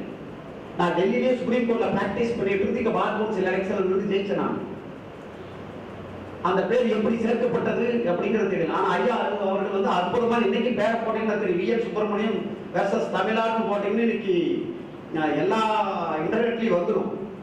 நான் ஏன் வந்து பெருமையா நான் நினைக்க சொல்றேன் அப்படின்னு சொன்னா, இந்த மாதிரி நீதிபதிகள் இருக்கிறதுனாலதான் ஐயா அவர்கள் வந்து இந்த பத்திரிகைக்காக வந்து வெளியிடறதுக்காக அங்கிருந்து முதல்வர் வந்திருக்கிறாங்க அப்படின்னு சொன்னா, நீதிபதி அவர்கள் மாதிரி இருக்கிறதுனாலதான் இன்னும் நம்முடைய நீதிகள் அப்படி நிறைய இருந்து கொண்டு இருக்கிறது அப்படிங்கிறத நான் தெளிவுபடுத்துறேன். அதே மாதிரி நீதிபதி ஐயா அவர்கள் எவ்வாறு நான் ஓப்பனா இந்த ஸ்டேட்மெண்ட் சொல்லணும், அதே மாதிரி இந்த ஏவுகணை பத்திரிகையும் நீதி தவறாமல் இருக்க வேண்டும். பத்திரிகையில் வெளியிடக்கூடிய செய்திகளை தெளிவாக வெளியிட வேண்டும். யாருடைய இன்ஃப்ளூயன்ஸ்க்காகவோ யாருடைய ஒரு செயல்பாட்டுக்காகவோ இந்த பத்திரிகை நீங்க வந்து வெளியிடவே கூடாது. கருத்துக்களை வெளியில வந்து எந்த ஒரு செய்தி வரக்கூடாது. முதலில் உங்கள் ஏரியாவில் இருக்கக்கூடிய நல்லது செய்யக்கூடிய சேவை செய்யக்கூடிய மனப்பான்மை இருக்கிறவர்களை வளர்த்து விடுங்கள். அவர்களை பற்றி எழுதுங்கள். ஒரு வீதியில் ஒரு குப்பை பொறுக்கிட்டு இருந்தாலும் கூட அவனை பற்றி எழுதுங்கள். அவனிடம் அந்த தகவலை கொண்டு சேருங்கள். மாணவர்களை பற்றி எழுதுங்கள், இளைஞர்களை பற்றி எழுதுங்கள், பெண்களை பற்றி எழுதுங்கள். அதெல்லாம் எழுதுங்க. அப்ப அந்த சமுதாயம் ஒவ்வொரு ஊர் இருக்கக்கூடிய எழுதுனீங்கன்னா, ஓ நம்மளை பற்றி எழுதுறாங்க முடியும் ஒரு எழுச்சி. அவங்களுக்கு வந்து நல்லது செய்யறதுக்கு முயற்சி பண்ணுவோம். கெட்டது குறையும், தானாவே குறையறதுக்கு ஆரம்பிச்சிடும். நீங்க எப்ப பார்த்தாலும் கெட்டதையே ஒரு பெண் வந்து உடனே ஜாக்கெட் கிழிச்சிட்டாங்கன்னா அதை வந்து பக்கத்துலயா டிவியில போட்டு அடிக்க பட்டிமன்றம் நைட்டே வந்து டிவியில உடனே மிகப்பெரிய அந்த பெண்ணை அதை எவ்வளவு தூரம் அசிங்கப்படுத்துமோ அவள் அசிங்கப்படுத்திட்டு இருக்கிறோம். கொலை செஞ்சது வந்து எல்லாமே டிவிலேயே டிபேட் பண்ணி அந்த கொலை சரியா தவறான டிபேட் பண்ணி முடிச்சு ஜட்ஜ்மெண்டே கொடுத்துறோம். அந்த வேலை செய்வதற்கு பத்திரிகைகளுக்கு வேலை இல்லை. ஆனா பத்திரிகைகளுக்கு ஒரு கட்டுப்பாடு இருக்கிறது. அந்த கட்டுப்பாட்டுடன் இந்த பத்திரிகை செயல்படுமானால் நிச்சயமா சொல்றேன், மக்கள் செய்யக்கூடிய நல்ல சேவைகளை பாராட்டி முதலில் செய்யுங்கள். நிச்சயமாக மக்களிடம் எடுத்துச் செல்லுங்கள். நல்ல நல்ல விஷயங்கள் பாருங்க, எழுதிட்டாங்க அந்த இன்சூரன்ஸ் பத்தி மற்ற நிறைய செய்திகள் இருக்கிறது. அதை மக்களிடம் எப்படி லோன் வாங்குறது இதெல்லாம் எடுத்துட்டு போங்க. நிச்சயமாக வெற்றி அடையும் என்று கூறி எனக்கு வாய்ப்பளித்த உங்களுக்கு அனைவருக்கும் நன்றி கூறி விடைபெறுகிறேன். வணக்கம். ஐயாவுடைய கருத்துக்கள் ஆணித்தனமாக ஆக்கப்பூர்வமாக நாம் செய்ய வேண்டிய பணி, பத்திரிகை தர்மத்தை நிலைநாட்ட வேண்டிய பணி என்கின்ற அடிப்படையில் வாதத்தையும் விவாதத்தையும் சிறப்பாக எடுத்து சொன்ன ஐயா அவர்களுக்கு நன்றி பாராட்டுதலை தெரிவித்து, அடுத்ததாக தஞ்சை வழக்கறிஞர் ஐயா ஜீவகுமார் அவர்கள் வாழ்த்துறை வழங்க அழைக்கிறோம். ஏவுகணை தமிழ் மாத இதழ் வெளியீட்டு விழாவிற்கு வந்து சிறப்பு செய்து வெளியிட்டிருக்கக்கூடிய, பல நல்ல தீர்ப்புகளை வழங்கி கொண்டிருக்கக்கூடிய, நல்ல சிந்தனைகளுடைய சொந்தக்காரராக அவருடைய ஐயா பேசுவது என்பது ஒரு கிருபானந்த வாரியருடைய ஸ்டைல். அதாவது நீதியும், அதாவது சொல்றப்ப நிதியும் தப்பா கொஞ்சம் ப்ரொனன்சியேஷன் தப்பா ஆயிடுச்சு சமயத்துல. என்ன நீதி அரசு என்றால் உண்மையான நீதி அரசோட பேசுறப்ப பாத்தீங்கன்னா அந்த பழைய கிருபானந்த வாரியாரை இழுத்து வந்து அவருடைய அந்த மொழி நிலையோடு இன்னைக்கு கூடிய பிராக்டிகலான அந்த தமிழையும் சேர்த்து ஒரு அற்புதமான நல்ல பேச்சாளராக எழுத்தாளராக இருக்கக்கூடிய ஐயா நீதியரசர் வே. ராமசுப்ரமணியன் அவர்களே, அதே போலவே இங்கே பேசி சென்றிருக்கக்கூடிய அன்புக்குரிய வழக்கறிஞர், உச்சநீதிமன்ற வழக்கறிஞர், மூத்த வழக்கறிஞர் வி. சுப்பிரமணியன் அவர்களே, அதே போலவே பாரதிதாசன் பல்கலைக்கழகத்திலிருந்து சிறப்புரையாற்ற வருகின்றிருக்கக்கூடிய ஒரு பெரிய போராளியாகவும் தன்னுடைய தொழிலை மேதையாகவும் இருக்கக்கூடிய மணிமேகலை அவர்களே, ஆல் இந்தியா பிரஸினுடைய திரு சரவணகுமார் அவர்களே, சுகுமார் அவர்களே, ஜெயக்குமார் தொகுத்துடைய ஜெயக்குமார் அவர்களே, எல்லாவற்றுக்கும் ஒரு சிகரம் வைத்தால் போல் இந்த நிகழ்ச்சியை ஏவுகணைய ஒரு வாழ்க்கையை ஒரு நெறியோடு வாழுதல் என்கிற முறையிலே வகுத்துக் கொண்டிருப்பவர் நம்முடைய நெடுஞ்செழியன். பாண்டியன் நெடுஞ்செழியனிடம் நீங்கள் குறை காணலாம், இந்த நெடுஞ்செழியனிடம் நீங்கள் எந்த குற்றமும் காண முடியாது. அப்படியே நீதி தவறாமல் போய் கொண்டிருப்பார். சாதாரண பத்திரிகைகளை பற்றி ஒன்று சொல்வார். ஒரு இங்கிலாந்துல ஒரு பிரதமர் விருந்து கொடுக்கிறார். 2 பத்திரிகைகள், ஒன்று சிசர்ஸ், இன்னொன்று ஸ்கார்பியான். நிறைய பத்திரிகைகள் வந்துட்டாங்க, எல்லாத்துக்கும் சேர்த்து பிரதமர் விருந்து கொடுக்கிறார். இந்த விருந்து கொடுக்கிற போது அதுல அந்த அரசாங்கத்தை ஆதரித்து எழுதக்கூடிய பத்திரிகை பேர் வந்து சிசர். அந்த அரசாங்கத்தை திட்டி எழுதி கொண்டே இருக்கக்கூடிய பத்திரிகை பேர் ஸ்கார்பியான். பத்திரிகை ஒரு 10 பேர் வந்து உட்கார்ந்துருக்காங்க. பிரைம் மினிஸ்டர் பிரதமர் விருந்தை ஆரம்பிக்கல. அப்ப சிசர்ஸ் அவருடைய அந்த ஆசிரியர் போய் கேட்கிறாரு, நீங்க வந்து சாயங்காலம் 5 மணிக்கு விருந்துன்னு சொன்னீங்க, மணி 6 ஆயிடுச்சு, இன்னும் நீங்க விருந்து நிகழ்ச்சி ஆரம்பிக்கலைங்கிறப்ப அவர் சிசர்ஸ் இருக்கிற அந்த பத்திரிகையை பொறுத்த வரைக்கும் அரசாங்கத்தை ஆதரித்து எழுதக்கூடிய பத்திரிகை. ஆனா இவர் சொல்றாரு, கொஞ்சம் பொறுமையா இருப்பா, எப்பவுமே என்ன திட்டி எழுதிட்டு இருப்பான் ஒருத்தன் ஸ்கார்பியான்னு, ஒருத்தன் தேல் கூட்டுற, ஸ்கார்பியானா தேல், அந்த தேல் கூட்டுறவங்க அவனை கண்டுபிடிக்கணும், அதுக்காக அந்த விருதை ஏற்பாடு பண்ணியிருக்கேன், கொஞ்சம் பொறுமையா இருப்பான்னு ஸ்கார்பியானுடைய அந்த பத்திரிகை ஆசிரியர் சொல்றாரு. உடனே அதுக்கு சிசர்ஸ் கத்திரிக்கோள் அவர் சொல்றாரு, ஸ்கார்பியான் ஆசிரியர் இன்னைக்கு வரமாட்டார். இவரு கேட்கிறாரு, ஏன் ஸ்கார்பியான் ஆசிரியர் வரமாட்டார், எப்படி சொல்ற அப்படிங்கிறாரு. அவர் ஏற்கனவே வந்து விட்டார். அவர் எங்க? அதுவும் நான் தான். அரசாங்கத்தை ஆதரித்து எழுதக்கூடிய சிசர்ஸ் பத்திரிகையை நான் தான் நடத்துறேன், அரசாங்கத்தை திட்டி எழுதக்கூடிய ஸ்கார்பியான் பத்திரிகையை நான் தான் நடத்துறேன் என்று சொன்னதாக ஒரு துருக்கேசுவார்கள். நெடுஞ்செழியன் அப்படிப்பட்டவர் அல்ல, நீதி நெறி தவறாமல் யாரோடு மோதக்கூடியவர்.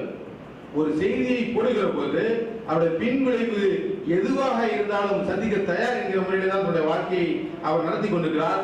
இன்னும் சொல்ல போனால் அமெரிக்காவிலே போப்பாண்டவர் போய் இறங்கினாராம்.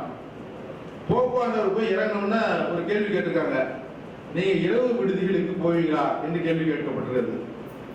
அதுக்கு போப் ஆண்டவர் பதில் சொன்னாராம், இரவு விடுதிகளா, அமெரிக்காவில் இரவு விடுதிகளுமா இருக்கு ஏதோ என்கிற மாதிரி கேட்டிருக்காரு. உடனே அடுத்த நாள் பத்திரிகையில வந்த தலைப்பு செய்தி, அமெரிக்காவிலே போப் ஆண்டவர் இறங்கியுடன் கேட்ட முதல் கேள்வி, இங்கே இரவு விடுதிகள் இருக்கின்றனவா? இந்த செய்திகளை இப்படி இட்டு கட்டி போடக்கூடிய ஒரு வழக்கம் என்று உண்டு. நம்முடைய நெடுஞ்செழியர்கள் அவர் பத்திரிகையுடைய பெயர் ஏவுகணையாகவே அவர் செய்யக்கூடிய அளவிற்கு அவர் நிச்சயமாக அந்த பத்திரிகை வரும். கருத்தரங்கம் ரொம்ப காலதாமதமாக ஆரம்பிக்கிறது. ஒரு 5 நிமிடத்திலே சில விவசாயம் சம்பந்தமாக சில கருத்துக்களை சொல்வதற்கு படித்திருக்கிறார்கள். ஒரு 5 நிமிடத்தில் நான் முடித்து விடுகிறேன். நாம் ஒரு மிக கடுமையான ஒரு பஞ்சத்திலே, வறட்சியிலே வாழ்ந்து கொண்டிருக்கிறோம். இதுவரை, அதாவது சாதாரணமாக வெள்ளைக்காரர் இந்த பஞ்சம் அல்லது வறட்சி எப்படி ஏற்படுத்தப்பட்டது என்றால், மன்னர்கள் ஆட்சியிலே 2000 ஆண்டுகளிலே வெறும் 17 பஞ்சங்கள் தான் ஏற்பட்டன.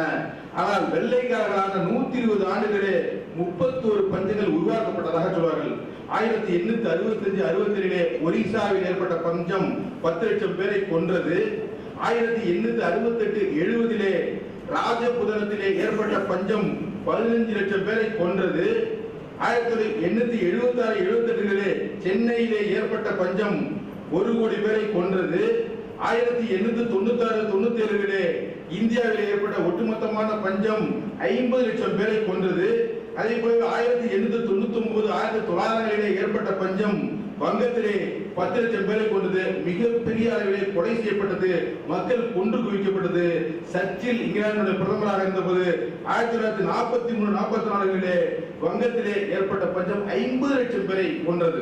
ஒரு பஞ்சம். அவர் நினைத்திருந்தால் விமானத்தின் மூலமாக, கப்பல் மூலமாக உணவை கொண்டு வந்து கொடுத்திருக்கலாம், ஆனால் கொடுக்கவில்லை. அதற்கு பதிலாக இந்தியர்கள் முயல்களை போல பிள்ளைகளை பெற்றுக் கொண்டிருக்கிறார்கள். இந்தியர்கள் சாகட்டும். காந்தியை கிண்டல் செய்தவன் சர்ச்சில் இந்தியாவிலே இவ்வளவு பேர் செத்துக் கொண்டிருக்கிறார்கள் என்று சொல்லுகிற போது அவர் சொன்ன வார்த்தை, இந்திய மக்கள் தொகை பார்த்தா முயல் குட்டி போடுறது மாதிரி போட்டு எடுத்து சாகட்டும் என்று சொன்னார். எனவே அந்த பஞ்சத்திலே தான் பெற்றோர்கள் பிள்ளைகளை ஆற்றிலும் குளத்திலும் தூக்கி வீசினார்கள். ரயில் முன்னால் தற்கொலைகள் நடந்தன. அரிசிக்காகவும் கஞ்சிக்காகவும் பல பேர் பிச்சை எடுத்தார்கள். இலை தழைகளை சாப்பிட்டு பல பேர் வாழ்ந்தார்கள். நாய்களும் ஓநாய்களும் இறந்த உடல்களை சாப்பிட்டன. அதே போல பெண்கள் தாசிகளாக மாறினார்கள். அன்னை பிள்ளைக்கு சோறு போட முடியாமல் கொலைக்காரர்களாக மாறினார்கள். அதே போலவே அந்த பஞ்சத்திலே தான் தந்தைகள் தங்களுடைய பெண்களை விற்றார்கள் என்கிற முறையிலே அந்த பஞ்சம் பதிவு செய்யப்பட்டிருக்கிறது. அதில் இருந்து இன்றைக்கு மீண்டும் நாம் வருகிற போது இன்றைக்கும் பஞ்சம் ஏற்பட்டுக் கொண்டிருப்பதை, ஒரு செயற்கையான பஞ்சம் ஏற்பட்டுக் கொண்டிருப்பதை நாம் பார்க்கிறோம். வட்டிக்கு நெல் வாங்கி வயல்ல தெளிச்சு வச்சேன், வயவாக்க போன ராசா, வயிறறிஞ்சு வாராத, மானத்து ராசாவ, மேகத்து மந்திரிய என்று கோமான் கட்டி ஒப்பாரி வைத்தாலும், பெண்கள் மழையை வருந்தி வருந்தி அழைத்தாலும், பலவிதமான முறையிலே, மழைக்கான முறையிலே முயற்சிகள் செய்தாலும் இன்றைக்கு மழை இல்லாமல் ஒரு வறட்சி பஞ்சத்திலே நாம் வாழ்ந்து கொண்டிருக்கிறோம். விவசாயத்தை பொறுத்தவரையிலே முக்கியமான தேவைகளாக 7 தேவைகள் இருக்கின்றன. 1 நிலம், 2 தண்ணீர், 3 விதை, 4 உரம், 5 கடன், 6 மின்சாரம், 7 சந்தை. இதுதான் விவசாயத்தை பொறுத்தவரைக்கும் முக்கியமான விஷயங்கள். இதுல நிலம், சாகுபடி செய்யக்கூடிய நிலங்கள் எல்லாம் கார்பரேட்டுக்கு போய் கொண்டிருப்பதை நாம் பார்க்கிறோம். பல தீர்ப்புகளும், சில தீர்ப்புகள் ஐயாவை போன்ற விவசாயத்தை, உழவு குடிகளை வாழ வைக்கிற சில தீர்ப்புகள் இருந்தாலும், ஒரு தீர்ப்பு என்பது ஒன்று வரும். உதாரணமாக வேலைகளை வெட்டுவது சம்பந்தமா ஒரு தீர்ப்பு வந்தது. தண்ணீரை பொறுத்தவரை ஒரு உச்ச நீதிமன்ற தீர்ப்பை ஏற்காமல் கர்நாடகா அந்த காவிரி சம்பந்தப்பட்ட அந்த தீர்ப்பை, காவிரி மானிட்டரி நடுவர் மன்ற தீர்ப்பாயத்திற்கு பிறகு கண்காணிப்பு குழுவை ஏற்படுத்தாமல் இருப்பதை நாம் பார்க்கிறோம். எனவே நிலம் கிடைக்கவில்லை, தண்ணீர் கிடைக்கவில்லை, தரமான விதை கிடைக்கவில்லை, உரம் கிடைக்கவில்லை, உரத்திற்கான தேவையை குறைந்து போய் கொண்டிருக்கிறது. விவசாயிகளுக்கு கடனும் கிடைப்பதில்லை. ராயல் கமிஷனுடைய ரிப்போர்ட் அந்த காலத்திலே சொல்வார்கள், ஒரு இந்தியன் கடனிலே பிறந்தான், கடனிலே வாழ்ந்தான், கடனிலேயே செத்து போகிறான், அவன் இறந்த பிறகு தன் வாரிசுகளுக்கு அவன் விட்டு போவது இந்த கடனைத்தான் என்கிற அதே சூழ்நிலை தான் இன்றைக்கும் இருக்கிறது. கிட்டத்தட்ட கடன் என்று சொன்னால் நகை வைப்பவர்கள் தான் நகை கடன் தருகிறார்கள். அதே போலவே தான் இன்னைக்கு மின்சாரம், இங்கே மின்சாரம் எப்படி இருக்கிறது என்பது நமக்கு தெரியும். சந்தை விவசாயிகளுக்கான நல்ல விலை கிடைப்பதில்லை என்று பலவிதமான ஒரு முற்றுகையிடப்பட்ட கோட்டையிலே விவசாயிகள் வாழ்ந்து கொண்டிருக்கிறார்கள். 30 நிமிடத்திற்கு ஒரு தற்கொலை நடக்கிறது. விவசாயிகள் இன்னைக்கு தற்கொலை செய்யக்கூடிய ஒரு பகுதியாக, ஒரு பிரிவினராக சபிக்கப்பட்டார்கள். கிட்டத்தட்ட நல்ல தங்கார்கள், நிறைய நல்ல தங்கார்கள் உருவாகி கொண்டிருக்கிறார்கள். பஞ்சத்தினாலே பரிதவித்து செத்து போகிற பல குடும்பங்களை நாம் பார்த்துக் கொண்டிருக்கிறோம். இந்த சூழ்நிலையில் தான் விவசாயம் என்பது ஒரு மடிந்து கொண்டிருக்கிற ஒரு சூழ்நிலையிலே கார்ப்பரேட்களுக்கு உடமையாக்கி நிலம் விவசாயம் என்பது அவன் ஒரு வெளியேற்றக்கூடிய இந்த கோட்டையிலிருந்து வெளியேற்றப்படக்கூடியதாக மாறிக்கொண்டிருக்கிற போது விவசாயத்தை காப்பாற்ற வேண்டிய முழக்கத்தை நாம் உயர்த்தி பிடிக்க வேண்டியிருக்கிறது. அந்த முறையிலே ஏவுகணை பத்திரிகையிலே பல விதமான கட்டுரைகளை, பல ஆக்கப்பூர்வமான கட்டுரைகளை அவர் இதிலேயே பிரசுரித்திருக்கிறார். மேலும் ஐயா அவர்கள் பேசியது நம்முடைய மூத்த வழக்கறிஞர் சுப்பிரமணியன் அவர்கள் சொன்னதை போல அடுத்த அவருடைய ஏவுகணை பத்திரிகையிலே மாண்புமிகு நீதி அரசர் அவருடைய உரை, இன்னைக்கு அவர் பேசியிருக்கக்கூடிய பேச்சு நியூஸ் என்பதற்கு ஒரு விளக்கத்தை சொன்னார். NEWS, வடக்கு, தெற்கு, கிழக்கு, மேற்கு அத்தனை திசையில இருந்தும் திரட்டுவது. அதே போலவே அவர் நீதியரசர்களாக இருக்கிற போது சுதந்திரத்துக்கு முன்பு போட்ட சட்டங்கள், அந்த காலாவதியான சட்டங்கள் இன்றைக்கும் எப்படி இங்கே ஆட்டி படைத்துக் கொண்டிருக்கிற என்கிற விபத்தையும் சொன்னார். அது இந்த ஏவுகணையுடைய அடுத்த இதழ்களில் பிரசுரிக்கப்பட வேண்டும். தேவைப்பட்டால் அவருடைய பேச்சானது ஒரு சிறு பிரசுரமாகவே கொண்டு வரப்படலாம். இன்றைக்கு ஆட்டி இருக்கிற உரை அற்புதமான அந்த உரை ஒரு தனி பிரசுரமாகவே கொண்டு வரப்படலாம். அந்த முறையிலே இன்றைக்கு விவசாயத்தை பொறுத்தவரை இந்த தலைப்பு கொடுத்ததுக்கு நான் நெடுஞ்செழியனுக்கு ரொம்ப நன்றி சொல்ல கடமைப்பட்டிருக்கிறேன். நிறைய பேர் இன்னும் பேச இருக்கிறார்கள். இந்த சூழ்நிலையிலே இந்த விவசாயத்துக்கு தஞ்சாவூர் மாவட்டத்திலே அவர் வழக்கறிஞராக இருந்தாலும், நுகர்வோர் சம்பந்தப்பட்ட பல வழக்குகளை அவர் வெற்றி கொடி நாட்டிக் கொண்டிருந்தாலும், ஒரு ஏழைகளின் வழக்கறிஞராக நெடுஞ்செழியன் இன்றைக்கு நீதி வழங்கிக் கொண்டிருந்தாலும், விவசாயத்திற்கு இந்த மேடையிலே ஒரு 5 நிமிடம் பேசுவதற்கு வாய்ப்பு கொடுத்ததற்கு நன்றி கூறி விடைபெறுகிறேன். வணக்கம், நன்றி. ஐயாவுக்கு நன்றி. அடுத்ததாக திருமதி மணிமேகலை அவர்கள். நீதியரசர் அவர்களுக்கும் உச்சநீதிமன்ற மூத்த வழக்கறிஞர் மற்றும் சற்று முன் பேசிய அமர்ந்த திருமிகு ஜீவகுமார், தண்ணீர் அமைப்பு தலைவர் திருமிகு சேகரன், இந்த ஏவுகணை ஆசிரியர் திருமிகு நெடுஞ்செழியன் அனைவருக்கும், மற்ற இங்கு இன்னும் 4 மணி வரை கருத்தரங்கு நடக்க இருக்கிறது. அதில் நிறைய பேர் கலந்து பேச இருக்கிறோம். அனைவருக்கும் எனது வாழ்த்துக்களும் பாராட்டுகளும். இந்த பத்திரிகை அது ஒட்டுமொத்தமாக ஊடகம், அது ஒரு பெரிய கல்வி நிறுவனம் அப்படின்னு சொல்லலாம். ஏன்னா இன்னைக்கு இருக்கக்கூடிய சூழல்ல குழந்தைங்க ஊடகங்கள் மூலமும் பத்திரிகைகள் மூலமும் அதிகமாக கற்றுக்கொள்கிறார்கள் என்றால் அது மாற்று கருத்து இருக்க முடியாது. அதன் மூலம் நிறைய விஷயங்களை அவர் சொன்ன மாதிரி மாற்று கருத்துக்களை விதைக்கிறதுக்கு ஒரு இடமா இதை எடுத்துக்க முடியும் அப்படிங்கிறது என்னுடைய அதை அமல்படுத்துவதற்கு இந்த ஏவுகணை பத்திரிகை நிச்சயமாக இருக்கும். அதுக்கு ஏற்கனவே அவர் சொன்ன மாதிரி விமர்சனங்கள் கட்டாயமாக வரவேற்கப்படுகின்றன, மாற்று கருத்துக்கள் வரவேற்கின்றன. குறிப்பாக ஏவுகணை மாற்று கருத்துக்களுக்கான ஒரு பத்திரிகையா இருக்கணும் அப்படிங்கிறது என்னோட வேண்டுகோள். இன்னைக்கு கருத்தரங்கள் கூட எனக்கு பேசுறதுக்கு மகளிர் குழந்தை நலம் அப்படின்னு போட்டிருந்தாங்க. அதுல கூட நம்ம வந்து இன்னும் 70 ஆண்டுகள் ஆயிடுச்சு சுதந்திரம் பெற்று, இன்னும் மகளிர் குழந்தை நலம்னு தான் பேசுமா மகளிர்ங்கிறத நான் உங்க முன்னாடி வைக்கிறேன். அதுவும் இல்லாம மகளிராலே குழந்தை அப்படின்னு நினைத்து தான் பேசணுமா அப்படிங்கிறதையும் நீங்க அதெல்லாம் தான் இந்த மாற்று சிந்தனைங்கிற விஷயத்துல பார்க்கணும். ஏன்னா நீங்க மகளிர் மற்றும் குழந்தை நலங்கும் போதே மகளிரை குழந்தையை பெற்றுக் கொடுக்கக்கூடிய ஒரு பார்வையிலேயே பாக்குறீங்கிற அளவுக்கு சுருக்குறீங்க அப்படின்னு தான் நான் பாக்குறேன். இன்னைக்கு பெண்கள் வந்து இன்னைக்கு வந்து இவ்வளவு பேர் உட்கார்ந்து இருக்கோம். ஏன் பெண்கள் இணையாக வர முடியலங்கிறதுக்கு உங்களுக்கு காரணம் தெரியும். நம்ம யாருமே மாற்று கருத்து இல்லை, பெண்களை வந்து மேம்படுத்தணும், பெண்கள் நலமெல்லாம் முடிஞ்சிருச்சு. பெண்கள் நலமே இன்னும் நான் ஃபோக்கஸ் பண்ணணும் அவசியம் இல்லை. இனிமேல் பெண்களுடைய ஆங்கிலத்தில் agency of women should be recognised. முகமை, பெண்களுடைய முகமையும் வளர்ச்சி முகவர்களாக பார்க்கக்கூடிய பார்வையில இந்த பத்திரிக்கை நிச்சயமா வந்து பெண்களுக்கு ஒரு இடம் இருக்கணும். அது வந்து ஆசிரியர் குழுவா இருந்தாலும் சரி, இல்ல பங்களிப்புல இருந்தாலும் சரி, கட்டாயமா இருக்கணும். அதுல கூட ஒரு திரும்ப ஸ்டீரியோடைப் பண்ணாம திரும்ப பெண்கள்னா இந்த மாதிரிதான் இதோட தான் அப்படிங்கிற கருத்துக்களை இருந்து வெளிவந்து மாற்று கருத்துக்களை விதைக்கக்கூடிய, மாற்று கருத்தை உருவாக்கக்கூடிய பெண்களை வந்து பெண்கள் மேம்பாடு, பெண்கள் வளர்ச்சியின் முகவர்கள்ங்கிற பங்குலையும் இன்னும் மனிதர்கள் எங்கெல்லாம் பெண்கள் பங்கேற்காம இருக்காங்களோ அங்கெல்லாம் வரத்துக்கு வாய்ப்பா இருக்கணும். இப்ப கூட 2 நாளுக்கு முன்னால என்கிட்ட வந்து ஒருத்தவங்க கேட்டாங்க, பெண்களுக்கு வந்து கார் டிரைவிங் கொடுக்குறோம், அந்த பாம்பே பேஸ்ட் ஒரு ஃபவுண்டேஷன், அதுல வந்து 60% பெண்கள் வேலைக்கு போகணும் அப்படின்னாங்க. எல்லாருக்கும் பயிற்சி கொடுக்குறோம்னா கார் ஓட்ட வந்துருவாங்க, ஆனா 60 பேர் பெண்கள் கார் டிரைவரா போவாங்கிறது கொஞ்சம் கேள்விக்குறியா இருக்கு. அந்த மாதிரி எல்லாம் இருக்கக்கூடிய இப்ப நாங்க உருவாக்கியிருக்கோம்.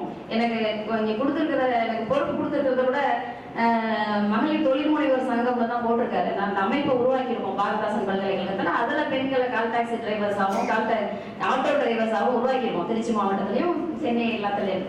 அப்போ அந்த மாதிரியான மாற்று இடத்துல பெண்கள் வர்றதற்கு பிஎன்சிஎல் உதவியோட நான் கன்வென்ஷனல் ஏரியாஸ்ல இன்ஜினியரிங் அண்ட் ஃபேப்ரிகேஷன்லாம் பெண்களை உருவாக்கியிருக்கோம். அந்த மாதிரி வரதுக்கு ஒரு பயிற்சி கொடுத்தால், வாய்ப்பு கொடுத்தா, போதுமான ஊக்கத்தை அளித்தால், இப்ப நம்ம இங்க எல்லாரும் இருக்கிறோம், நம்ம வீட்டுல இருக்கக்கூடிய பெண்களை இந்த கல்லூரியில கூட நான் வரும்போது பார்த்தேன், முகவர் வந்து வேலை கொடுக்குறவங்களா இருங்க, வேலை தேடுபவர்களா இருக்காதீங்கன்னு சொல்லியிருக்காங்க. ஸோ அந்த மாதிரி ஒவ்வொருத்தரையுமே வந்து அவர்களுடைய சக்தியை, பெண்களுடைய சக்தியை ஆக்கப்பூர்வமாக பயன்படுத்துவதற்கு அவர் வீட்டிலேயே போட்டு முடக்காம, அவர்கள் வீடு சார்ந்த வேலைகளை செய்து முடித்துக் கொண்டு இருக்கக்கூடிய வேலை நேரத்துல மட்டும்தான் அவர்கள் மற்ற நேரம் கவனம் செலுத்தணும். இல்ல, இன்னைக்கு நிறைய இடத்துல பெண்கள் எல்லா இடத்துலயும் வர ஆரம்பிச்சிட்டாங்க. எப்படி வந்து வெளியில செல்லக்கூடிய பெண்கள் வீட்டு வேலைகளையும் முடித்து விட்டு வெளியில சென்று செய்கிறார்களோ, அதே மாதிரி வீட்டுல இருக்கக்கூடிய பெண்களும் செய்ய முடியும். அதற்கான வாய்ப்புகளை ஏற்படுத்தி கொடுத்தவர்கள் இங்க இருக்கக்கூடிய அனைத்து ஆண்களுக்கும் பொறுப்பு இருக்கு. நம்ம ஆண்கள் மட்டுமே வெளியில பொது தளங்கள்ல இயங்கி இந்த சமூகத்துக்கு அளிப்பதை தாண்டி பெண்களை இணைத்து செயல்பட்டால் இன்னும் ஒருபடி வேகமாகவும் மேல் இடத்துக்கும் செல்வோங்கிறதுல மாற்று கருத்து இல்லை. அதனால 2 விதமான தேவைகள் பெண்களுக்கு சொல்லலாம். குறுகிய கால தேவை, நீண்ட கால தேவை. Strategic gender missions, practical gender missions சொல்லுவாங்க. அந்த குறுகிய கால தேவைங்கிறது பெண்களுக்குன்னு இந்த சமூகமோ இல்லை இயற்கை கொடுத்திருக்கிற பொறுப்பை நிறைவேற்றக்கூடிய வகையில கொடுக்கக்கூடிய வசதிகள். அதே மாதிரி இன்னும் கொஞ்சம் அடுத்த கட்டத்துக்கு அவர்கள் எடுத்து சொல்லணும். இன்னைக்கு கல்வியில பெண்கள் பங்கேற்பு அதிகரிச்சுட்டு இருக்கக்கூடிய இந்த நிலையில அவருடைய வேலைவாய்ப்பு துறையிலே நிறைய பங்கேற்றுக் கொண்டிருக்கிறார்கள். இந்த நேரங்கள்ல அவர்களுக்கு தேவையான அடுத்த நிலைக்கு தேவைப்படக்கூடிய திறன் மேம்பாட்டு பயிற்சிகளை வழங்கி பல்வேறு இடங்கள்ல பெண்கள் பங்கேற்று அவர்களும் நம்மளுடைய சகோதரர்கள் இணையாக அனைத்து இடங்களையும் பங்கேற்று அவர்களுடைய பங்களிப்பை கொடுக்கும் பொழுது நிச்சயமாக ஒரு மேம்பட்ட நிலைக்கு செல்வோம். அது ஒட்டுமொத்த சமூக மேம்பாட்டுக்காகவும், பெண்களின் விடுதலைக்காகவும், ஆண்களின் விடுதலைக்காகவும், ஒட்டுமொத்த சமூக விடுதலைக்காகவும் நிச்சயமா வித்திடும் என்பதில் மாற்று கருத்தில்லை. அந்த மாதிரி பங்களிப்புல இந்த ஏவுகணை பத்திரிகையில நிச்சயமா என்னை வந்து இது வர வெளிவரத்துக்கு முன்னாடி என்னோட ஒரு கட்டளை கேட்டிருந்தார். ஆனால் எனக்கு அது 2 நாட்கள் மட்டுமே நேரம் கொடுத்ததுனால அதுல என்னால பங்களிக்க முடியல. நிச்சயமா தொடர்ந்து என்னால பங்களிக்க முடியும். இந்த மாதிரியான மாற்று கருத்துக்கள்ல பங்களிக்க முடியும் என்று கேட்டுக்கொண்டு வாய்ப்பு கொடுத்தமைக்கு நன்றி கூறி விடைபெறுகிறேன். நன்றி, வணக்கம். திரு சரவணகுமார் மேடையில் சிறப்புரையாற்றி அமர்ந்திருக்கக்கூடிய விருந்தினர்கள் அனைவருக்கும் மற்றும் நண்பர்கள் உங்கள் அனைவருக்கும் எனது பணிவான வணக்கத்தினை முதலில் சமர்ப்பித்துக் கொள்கிறேன். அப்துல் கலாம் ஐயாவிடம் ஒரு கேள்வி கேட்கப்பட்டது. நீங்க ஏவுகணை தயாரிக்கிறீங்களே, இது அழிக்கக்கூடிய ஏவுகணையாச்சு, உங்களுக்கு மனசு உறுத்தலையா அப்படின்னு.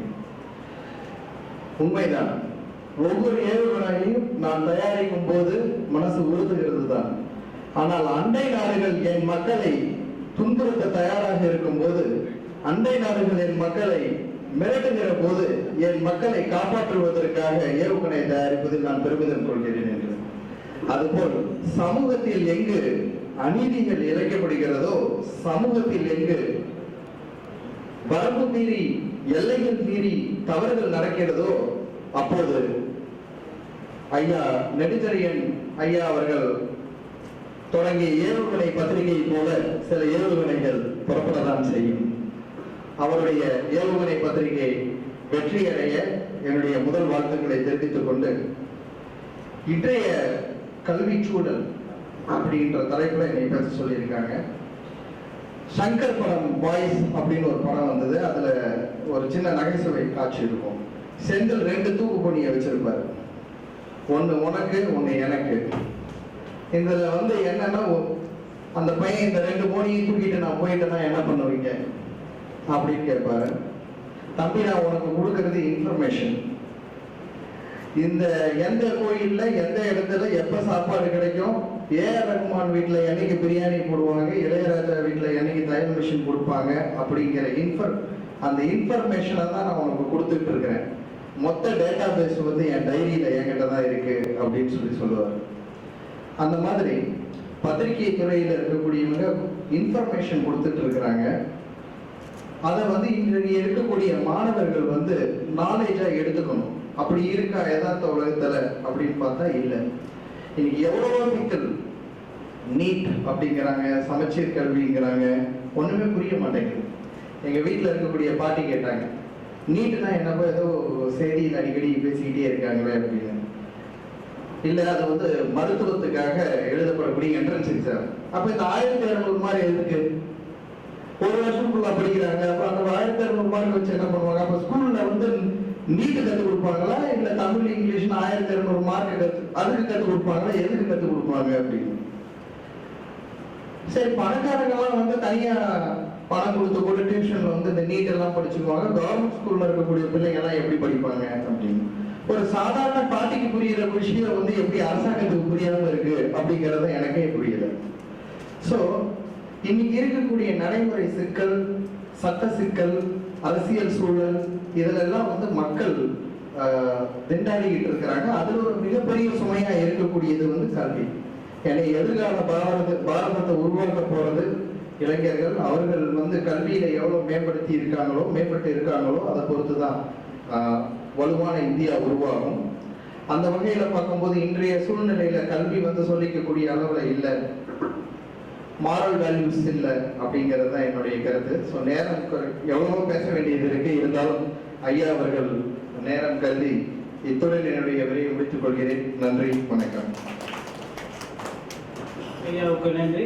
நிகழ்ச்சியில் என்னுடைய முறையாக நன்றி சொல்வதற்காக வழக்கறிஞர் பி. சுகுமாரன் அவர்களை அன்புடன் அழைக்கிறேன். விழாவுக்கு வந்திருக்கும் அனைவருக்கும் என்னுடைய வணக்கத்தை தெரிவித்துக் கொள்கிறேன். ஐயா நீதியரசர் அவர்கள் எடுத்து வைத்த கருத்துக்கள் ஒரு முழு பாடமே நம்ம நடத்திட்டார். பத்திரிகையோட பிறப்பு, பத்திரிகையோட செயல்முறை, அது வளர்ந்த விதம், ஒரு பாடம் நம்ம கிடைச்சாச்சு. இப்போ கையில் இருக்கிறத வச்சுக்கிட்டு பத்திரிகை பற்றி எல்லா விஷயமும் தெரிஞ்சுக்கலாம். ஐயா அது மட்டும் இல்லை, மனசாரங்களை வாழ்த்து இருக்கிறார் ஏற்கனவே பத்திரிகை. அதுக்காக அவருக்கு என்னுடைய நன்றியை தெரிவிச்சுக்கிறேன். அடுத்து பேசின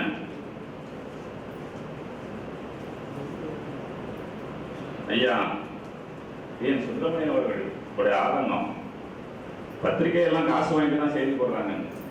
அதை வெளிப்படையா சொன்ன விஷயம் உண்மையா எனக்கு ரொம்ப சந்தோஷமா இருக்கு. ஐயா என் சுப்பிரமணியன் அவர்கள் அடிக்கடி இதை எல்லா இடங்களிலும் பேசணும். ஏன்னா இதை கேட்கிற பத்திரிகையாளர்கள் வெட்டப்பட்டாலும் அடுத்த காசு வாங்க செய்தி போடுவாங்க, உண்மையை வெளியே கொண்டு வருவாங்க. ஐயா அவரை கேட்டுக்கிறேன், அடிக்கடி பேசுங்க ஐயா. நன்றி உங்களுக்கு என்ற எங்க மாச தொடர்பாக நன்றி தெரிவிச்சுக்கிறோம். அடுத்து பேசின பேராசிரியர் மணிமேகலை அவர்கள் பெண்கள் எல்லா துறையிலும் வர வேணும் அப்படின்னு எல்லாரையும் கூப்பிடுறாங்க. ஆனா சில தயக்கங்கள் இருக்குங்கிறது உண்மைதான். அவங்க சொன்னாங்க, டிரைவரா பணி செய்யறதுக்கு பயிற்சி கொடுத்தா கூட எத்தனை பேர் டிரைவரா வருவாங்கன்னு அவங்களே சந்தேகப்படுறாங்க. ஆனா இப்போ ஆந்திராவில் பார்த்தீங்கன்னா எல்லா பஸ்ஸுலையுமே பெண்கள் கண்டக்டரா போயிட்டு இருக்காங்க. தமிழ்நாட்டில் அந்த மாதிரி ஒரு சூழ்நிலை இன்னும் உருவாகல. இன்னும் அரசுக்கு வாய்ப்பு கொடுக்கலைங்கிறது தான். அப்ப அரசாங்கத்துல தான் கருத்தை பிடிக்கணும். பெண்கள் வர தயாராக இருக்காங்கிறத ஆந்திரா மாநிலத்தில் நிரூபிச்சுட்டாங்க. எல்லா பேருந்துலையுமே பெண்கள் கண்டக்டரா பயன்படுகிறாங்க. அவங்களோட டியூட்டி டைம் காலையில் 6 மணி 10 மணி வரைக்கும் தான். அந்த பணி கொடுக்குறாங்க. அப்ப ஆந்திர அரசு கொடுத்த பணியை ஏன் தமிழக அரசு கொடுக்கல? அவங்க பெண்கள் இயக்கத்தில் இருக்கிறாங்க, இதை கழுத்த பிடிங்க அரசாங்கத்தை. ப்ரொஃபசர் மணிமேகலை மேடத்தினுடைய வேண்டுகோள், முதற்கட்டமா இதுக்கான ஒரு போராட்டத்தை தொடங்குங்க. பெண்கள் வருவாங்க, நிச்சயமா வர தயாரா இருக்காங்க, வாய்ப்புக்காக காத்திருக்காங்க. அதனால வரலேங்கிறது கிடையாது. வாய்ப்புகள் கொடுக்கப்பட்டால் பெண்கள் நிச்சயமாக சமுதாயத்துல ஆண்களோட மேன்மையான முறையில இருந்து அவங்க செயல்படுவாங்க தெரிவிச்சுக்கிறேன். அவங்க பேசின பேச்சுக்காக நன்றி தெரிவிச்சுக்கிறேன். அடுத்து ஜீவகுமார் அவர்கள் உண்மையா விவசாயத்தோட நிலைமை எடுத்து கொடுக்குறாரு. நானும் விவசாய குடும்பத்தில் பிறந்தவன் தான். இன்னைக்கு நிலைமை படுமோசம். நானும் விவசாயம் பண்ணிக்கிட்டு இருக்கேன். முதல் போட்டு விவசாயம் பண்ணிட்டு மார்க்கெட்டுக்கு போனா நஷ்டம் தான். இது வரைக்கும் நான் 1 பைசா கூட லாபமா சம்பாதிக்கல. நல்லா செலவு பண்ணி கரண்ட் பில் கட்டுறோம், உரம் வாங்கி போடுறோம். இப்ப அந்த உரமும் பாத்தீங்கன்னா சிறிய கொண்டு கொடுத்து பூரா ரசாயன உரம். சரி, அது மனசுக்குள்ள நமக்குள்ளே ஒரு ஆரம்பம் இருக்கு. இந்த சாப்பாடு நம்மளும் சாப்பிடணும், பிள்ளைகளும் சாப்பிடுறது. அது பின்னுரைவுகளை பத்தி நிறைய பத்திரிகை எழுதிக்கிட்டு இருக்கு. சரி, இயற்கை உரத்துக்கு போறோம். போட்டாலும் விளைச்சல் வந்தா மார்க்கெட்டுக்கு போனா கடையில 30 ரூபாய்க்கு இருக்கிற கத்திரிக்காய் நான் வாங்குற கொண்டு போறப்ப 5 ரூபாய்க்கு தான் வாங்குறேங்க. நான் எப்படி குறைக்கிறது? அப்ப 2வது நான் அந்த தொழில் செய்யறதை விட்டுறேன். ஜீவானந்தம் சார் நிறைய, சிவகுமார் சார் நிறைய பேசுங்க. இந்த மாதிரி பேசி வரணும், இது விழிப்புணர்வு ஏற்படணும், இதை பத்திரிகைகள் எழுதணும். நிச்சயமா எங்க பத்திரிகை இதை எழுதுவோம். ஏன்னா விவசாயத்துக்காக அரசு இந்திரா காந்திக்கு அப்புறம் எதுவுமே செய்யல இதுவரைக்கும்.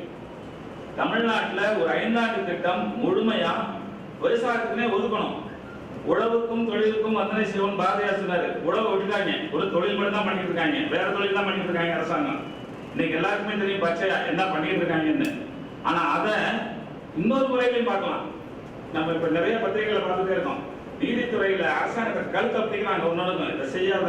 இப்ப கூட ஒரு கேஸ் நடந்துட்டு இருக்கு, என்விரான்மெண்டல் கேஸ், பத்திரப்பதி பூரா நின்று கிடக்கு. நீ முறையாக விளைநிலங்களை பட்டா போட்டு வீடுக்கு விற்காதன்னு சொன்னதுதான் கேஸ். நானே ராஜேந்திரன் போட்டிருக்காரு.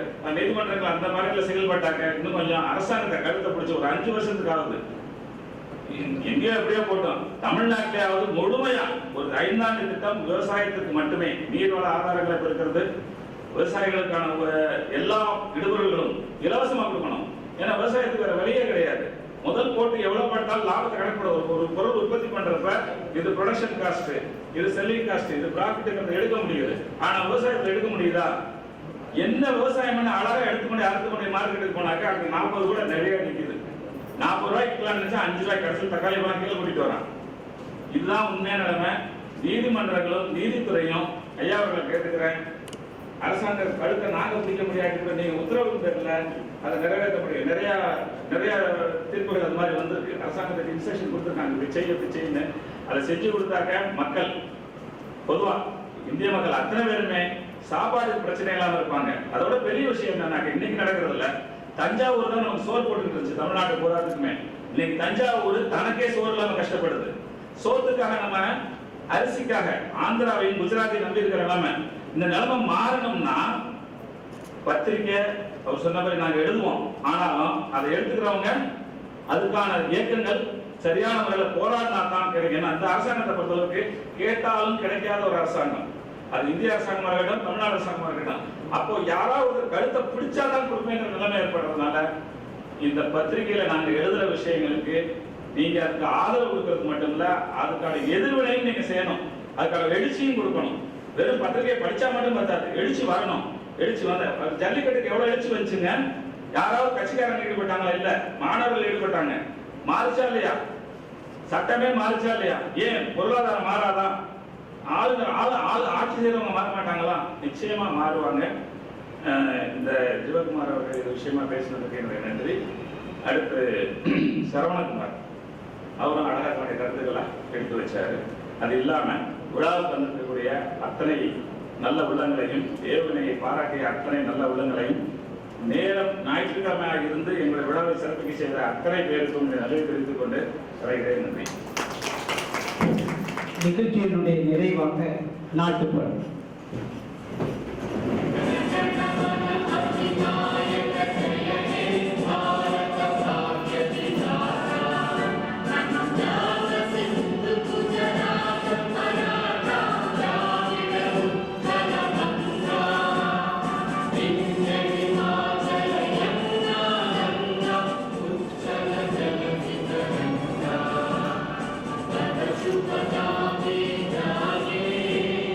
Tava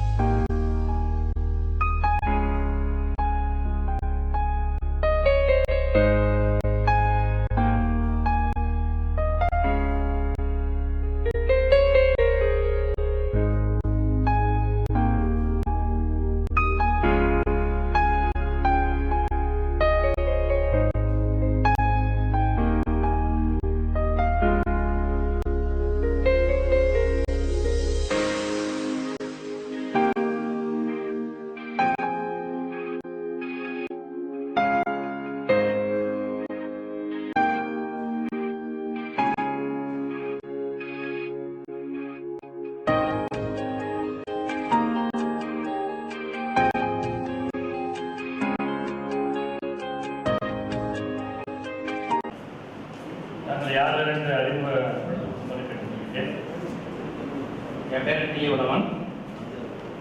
all India parents forum for எஜுகேஷனோட டெப்டி சென்னையில். என் நாக சுப்பிரமணியன், மனித உரிமை மற்றும் நுகர்வோர் பாதுகாப்பு இயக்கத்தின் தலைவராக கடந்த 10 ஆண்டுகளாக.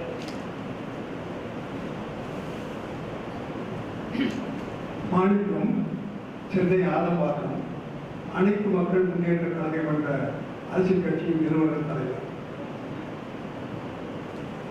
என் பெயர் வாமன கந்தசாமி, சென்னை திருவள்ளூருக்கு நாம் அனைத்து மக்கள் முன்னேற்ற கழகத்தில் மாநில அமைப்பாளராக பணிபுரிகிறோம்.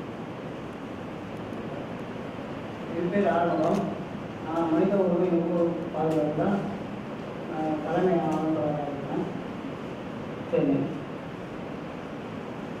தேவேந்திரன், காஞ்சிபுரம் மாவட்டம் அனைத்து இந்திய முன்னேற்ற கழகத்தினுடைய தலைவர். சத்யபிரகாஷ், காஞ்சிபுரம் மாவட்டம் அனைத்து இந்திய முன்னேற்ற கூட மாநில செயலாளர். Rajesh, Tiruvannamalai public person. Doctor Ravichandran, Palacode Dharmapuri மாவட்டம். ஆர் செல்வநாதன், மயிலாடுதுறை சட்ட பஞ்சாயத்து லாபம். பாரதி, சென்னையிலிருந்து வந்திருக்கிறேன். மக்கள் நல்லாட்சி இயக்கத்தில் இருக்கிறேன். சட்டராமன், திருச்சி ஐயாரப்பன், திருச்சியிலிருந்து வந்திருக்கேன். சட்ட விழிப்புணர்வு மற்றும் மூலமொழி பாதுகாப்பு மாவட்ட செயலாளர். பா ஸ்ரீனிவாசன், பள்ளிக்கூட ஆசிரியராக திருநெல்வேலியிலிருந்து. வி சுரேஷ், ஸ்ரீரங்கம் அடக்கமான நகர்மலை சங்கத்திலிருந்து வந்திருக்கோம். அந்த மாதிரி சமூக நிறைய ஆர்கனைசேஷன்லாம் இருக்கும். இதை விட இன்னும் நண்பர்கள்லாம் வந்திருக்காங்க.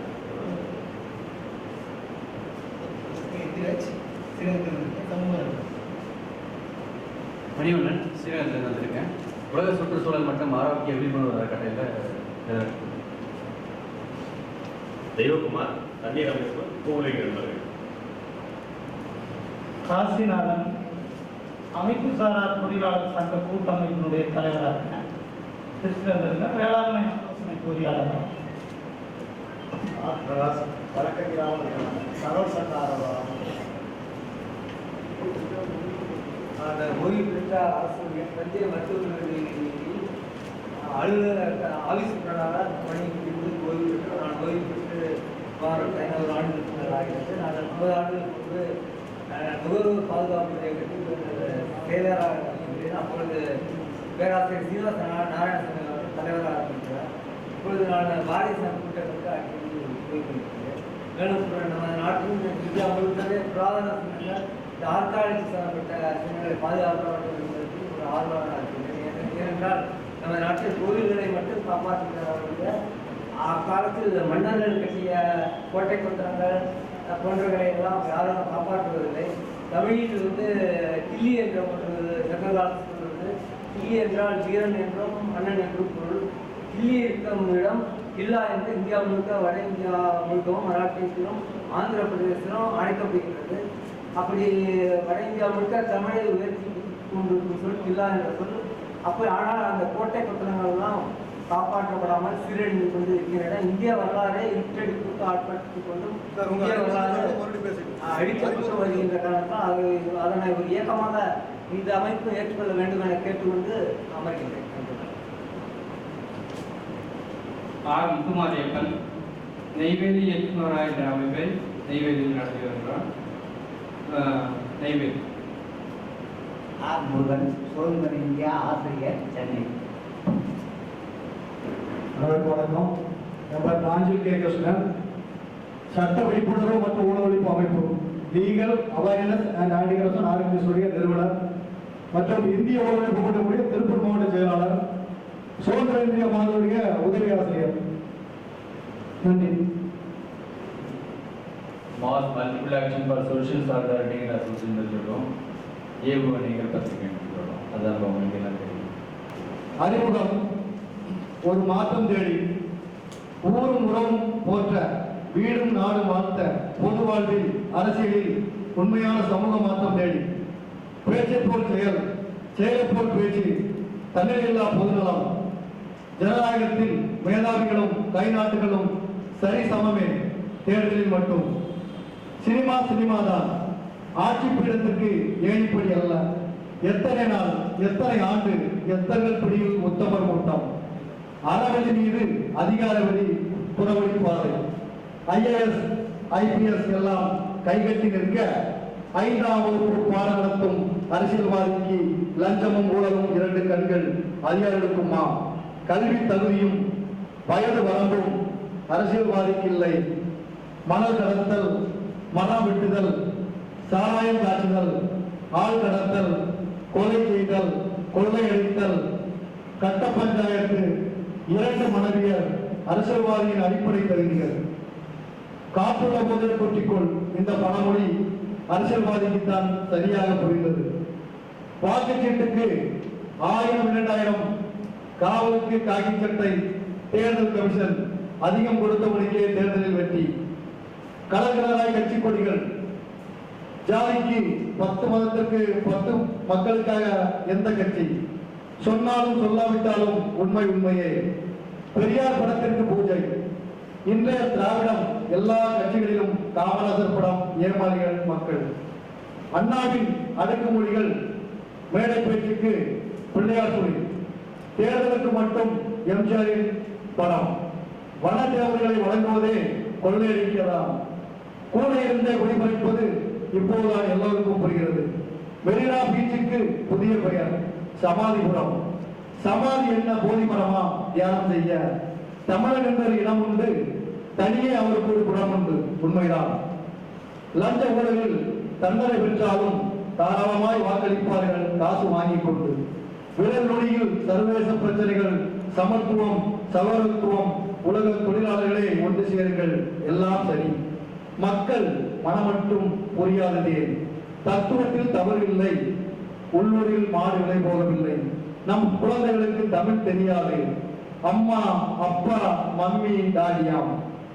மகிழ்ச்சி, இனி சமஸ்கிருதம் படிக்கலாம். கல்வி கூடங்கள் கொள்ளை கூடங்களாகின.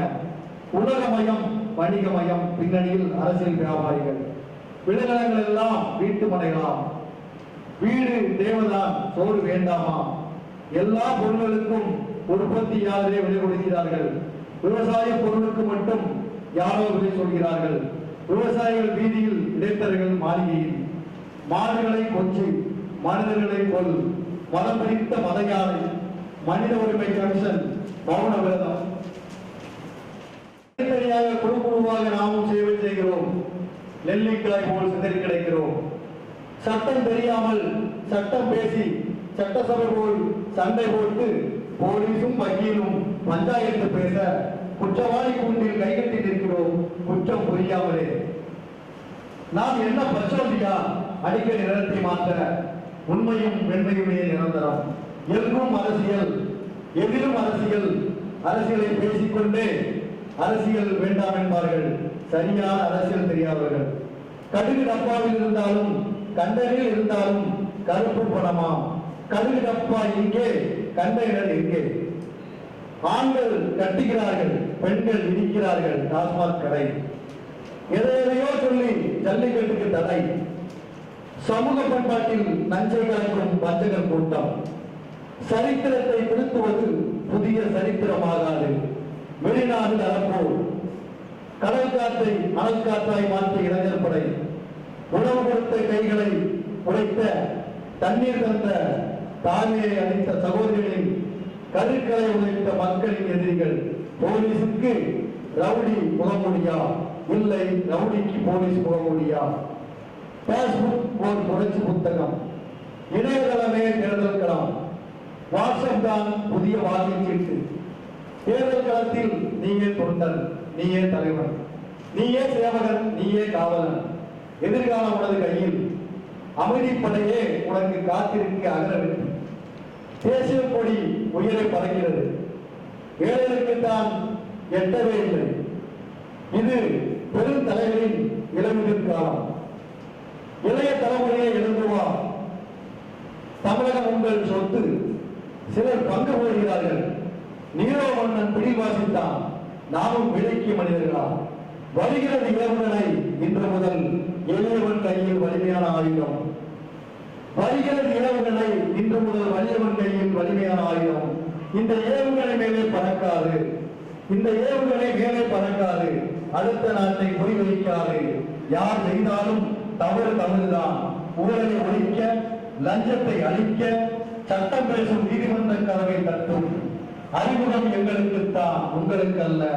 நீங்கள் பீனிக்ஸ் பறவைகள். உங்கள் கையசைத்தால் காற்றின் திசை மாறும், கடலலை ஓடும். உங்கள் நெற்றிக்கள் திறந்தால் சூரியனே கருகும், புலியுகம் பிறக்கும். நீங்கள் ஓடி பிடித்தால் இரவு உங்கள் கையில், வெடிகள் கை கட்டும் தூரத்தில்.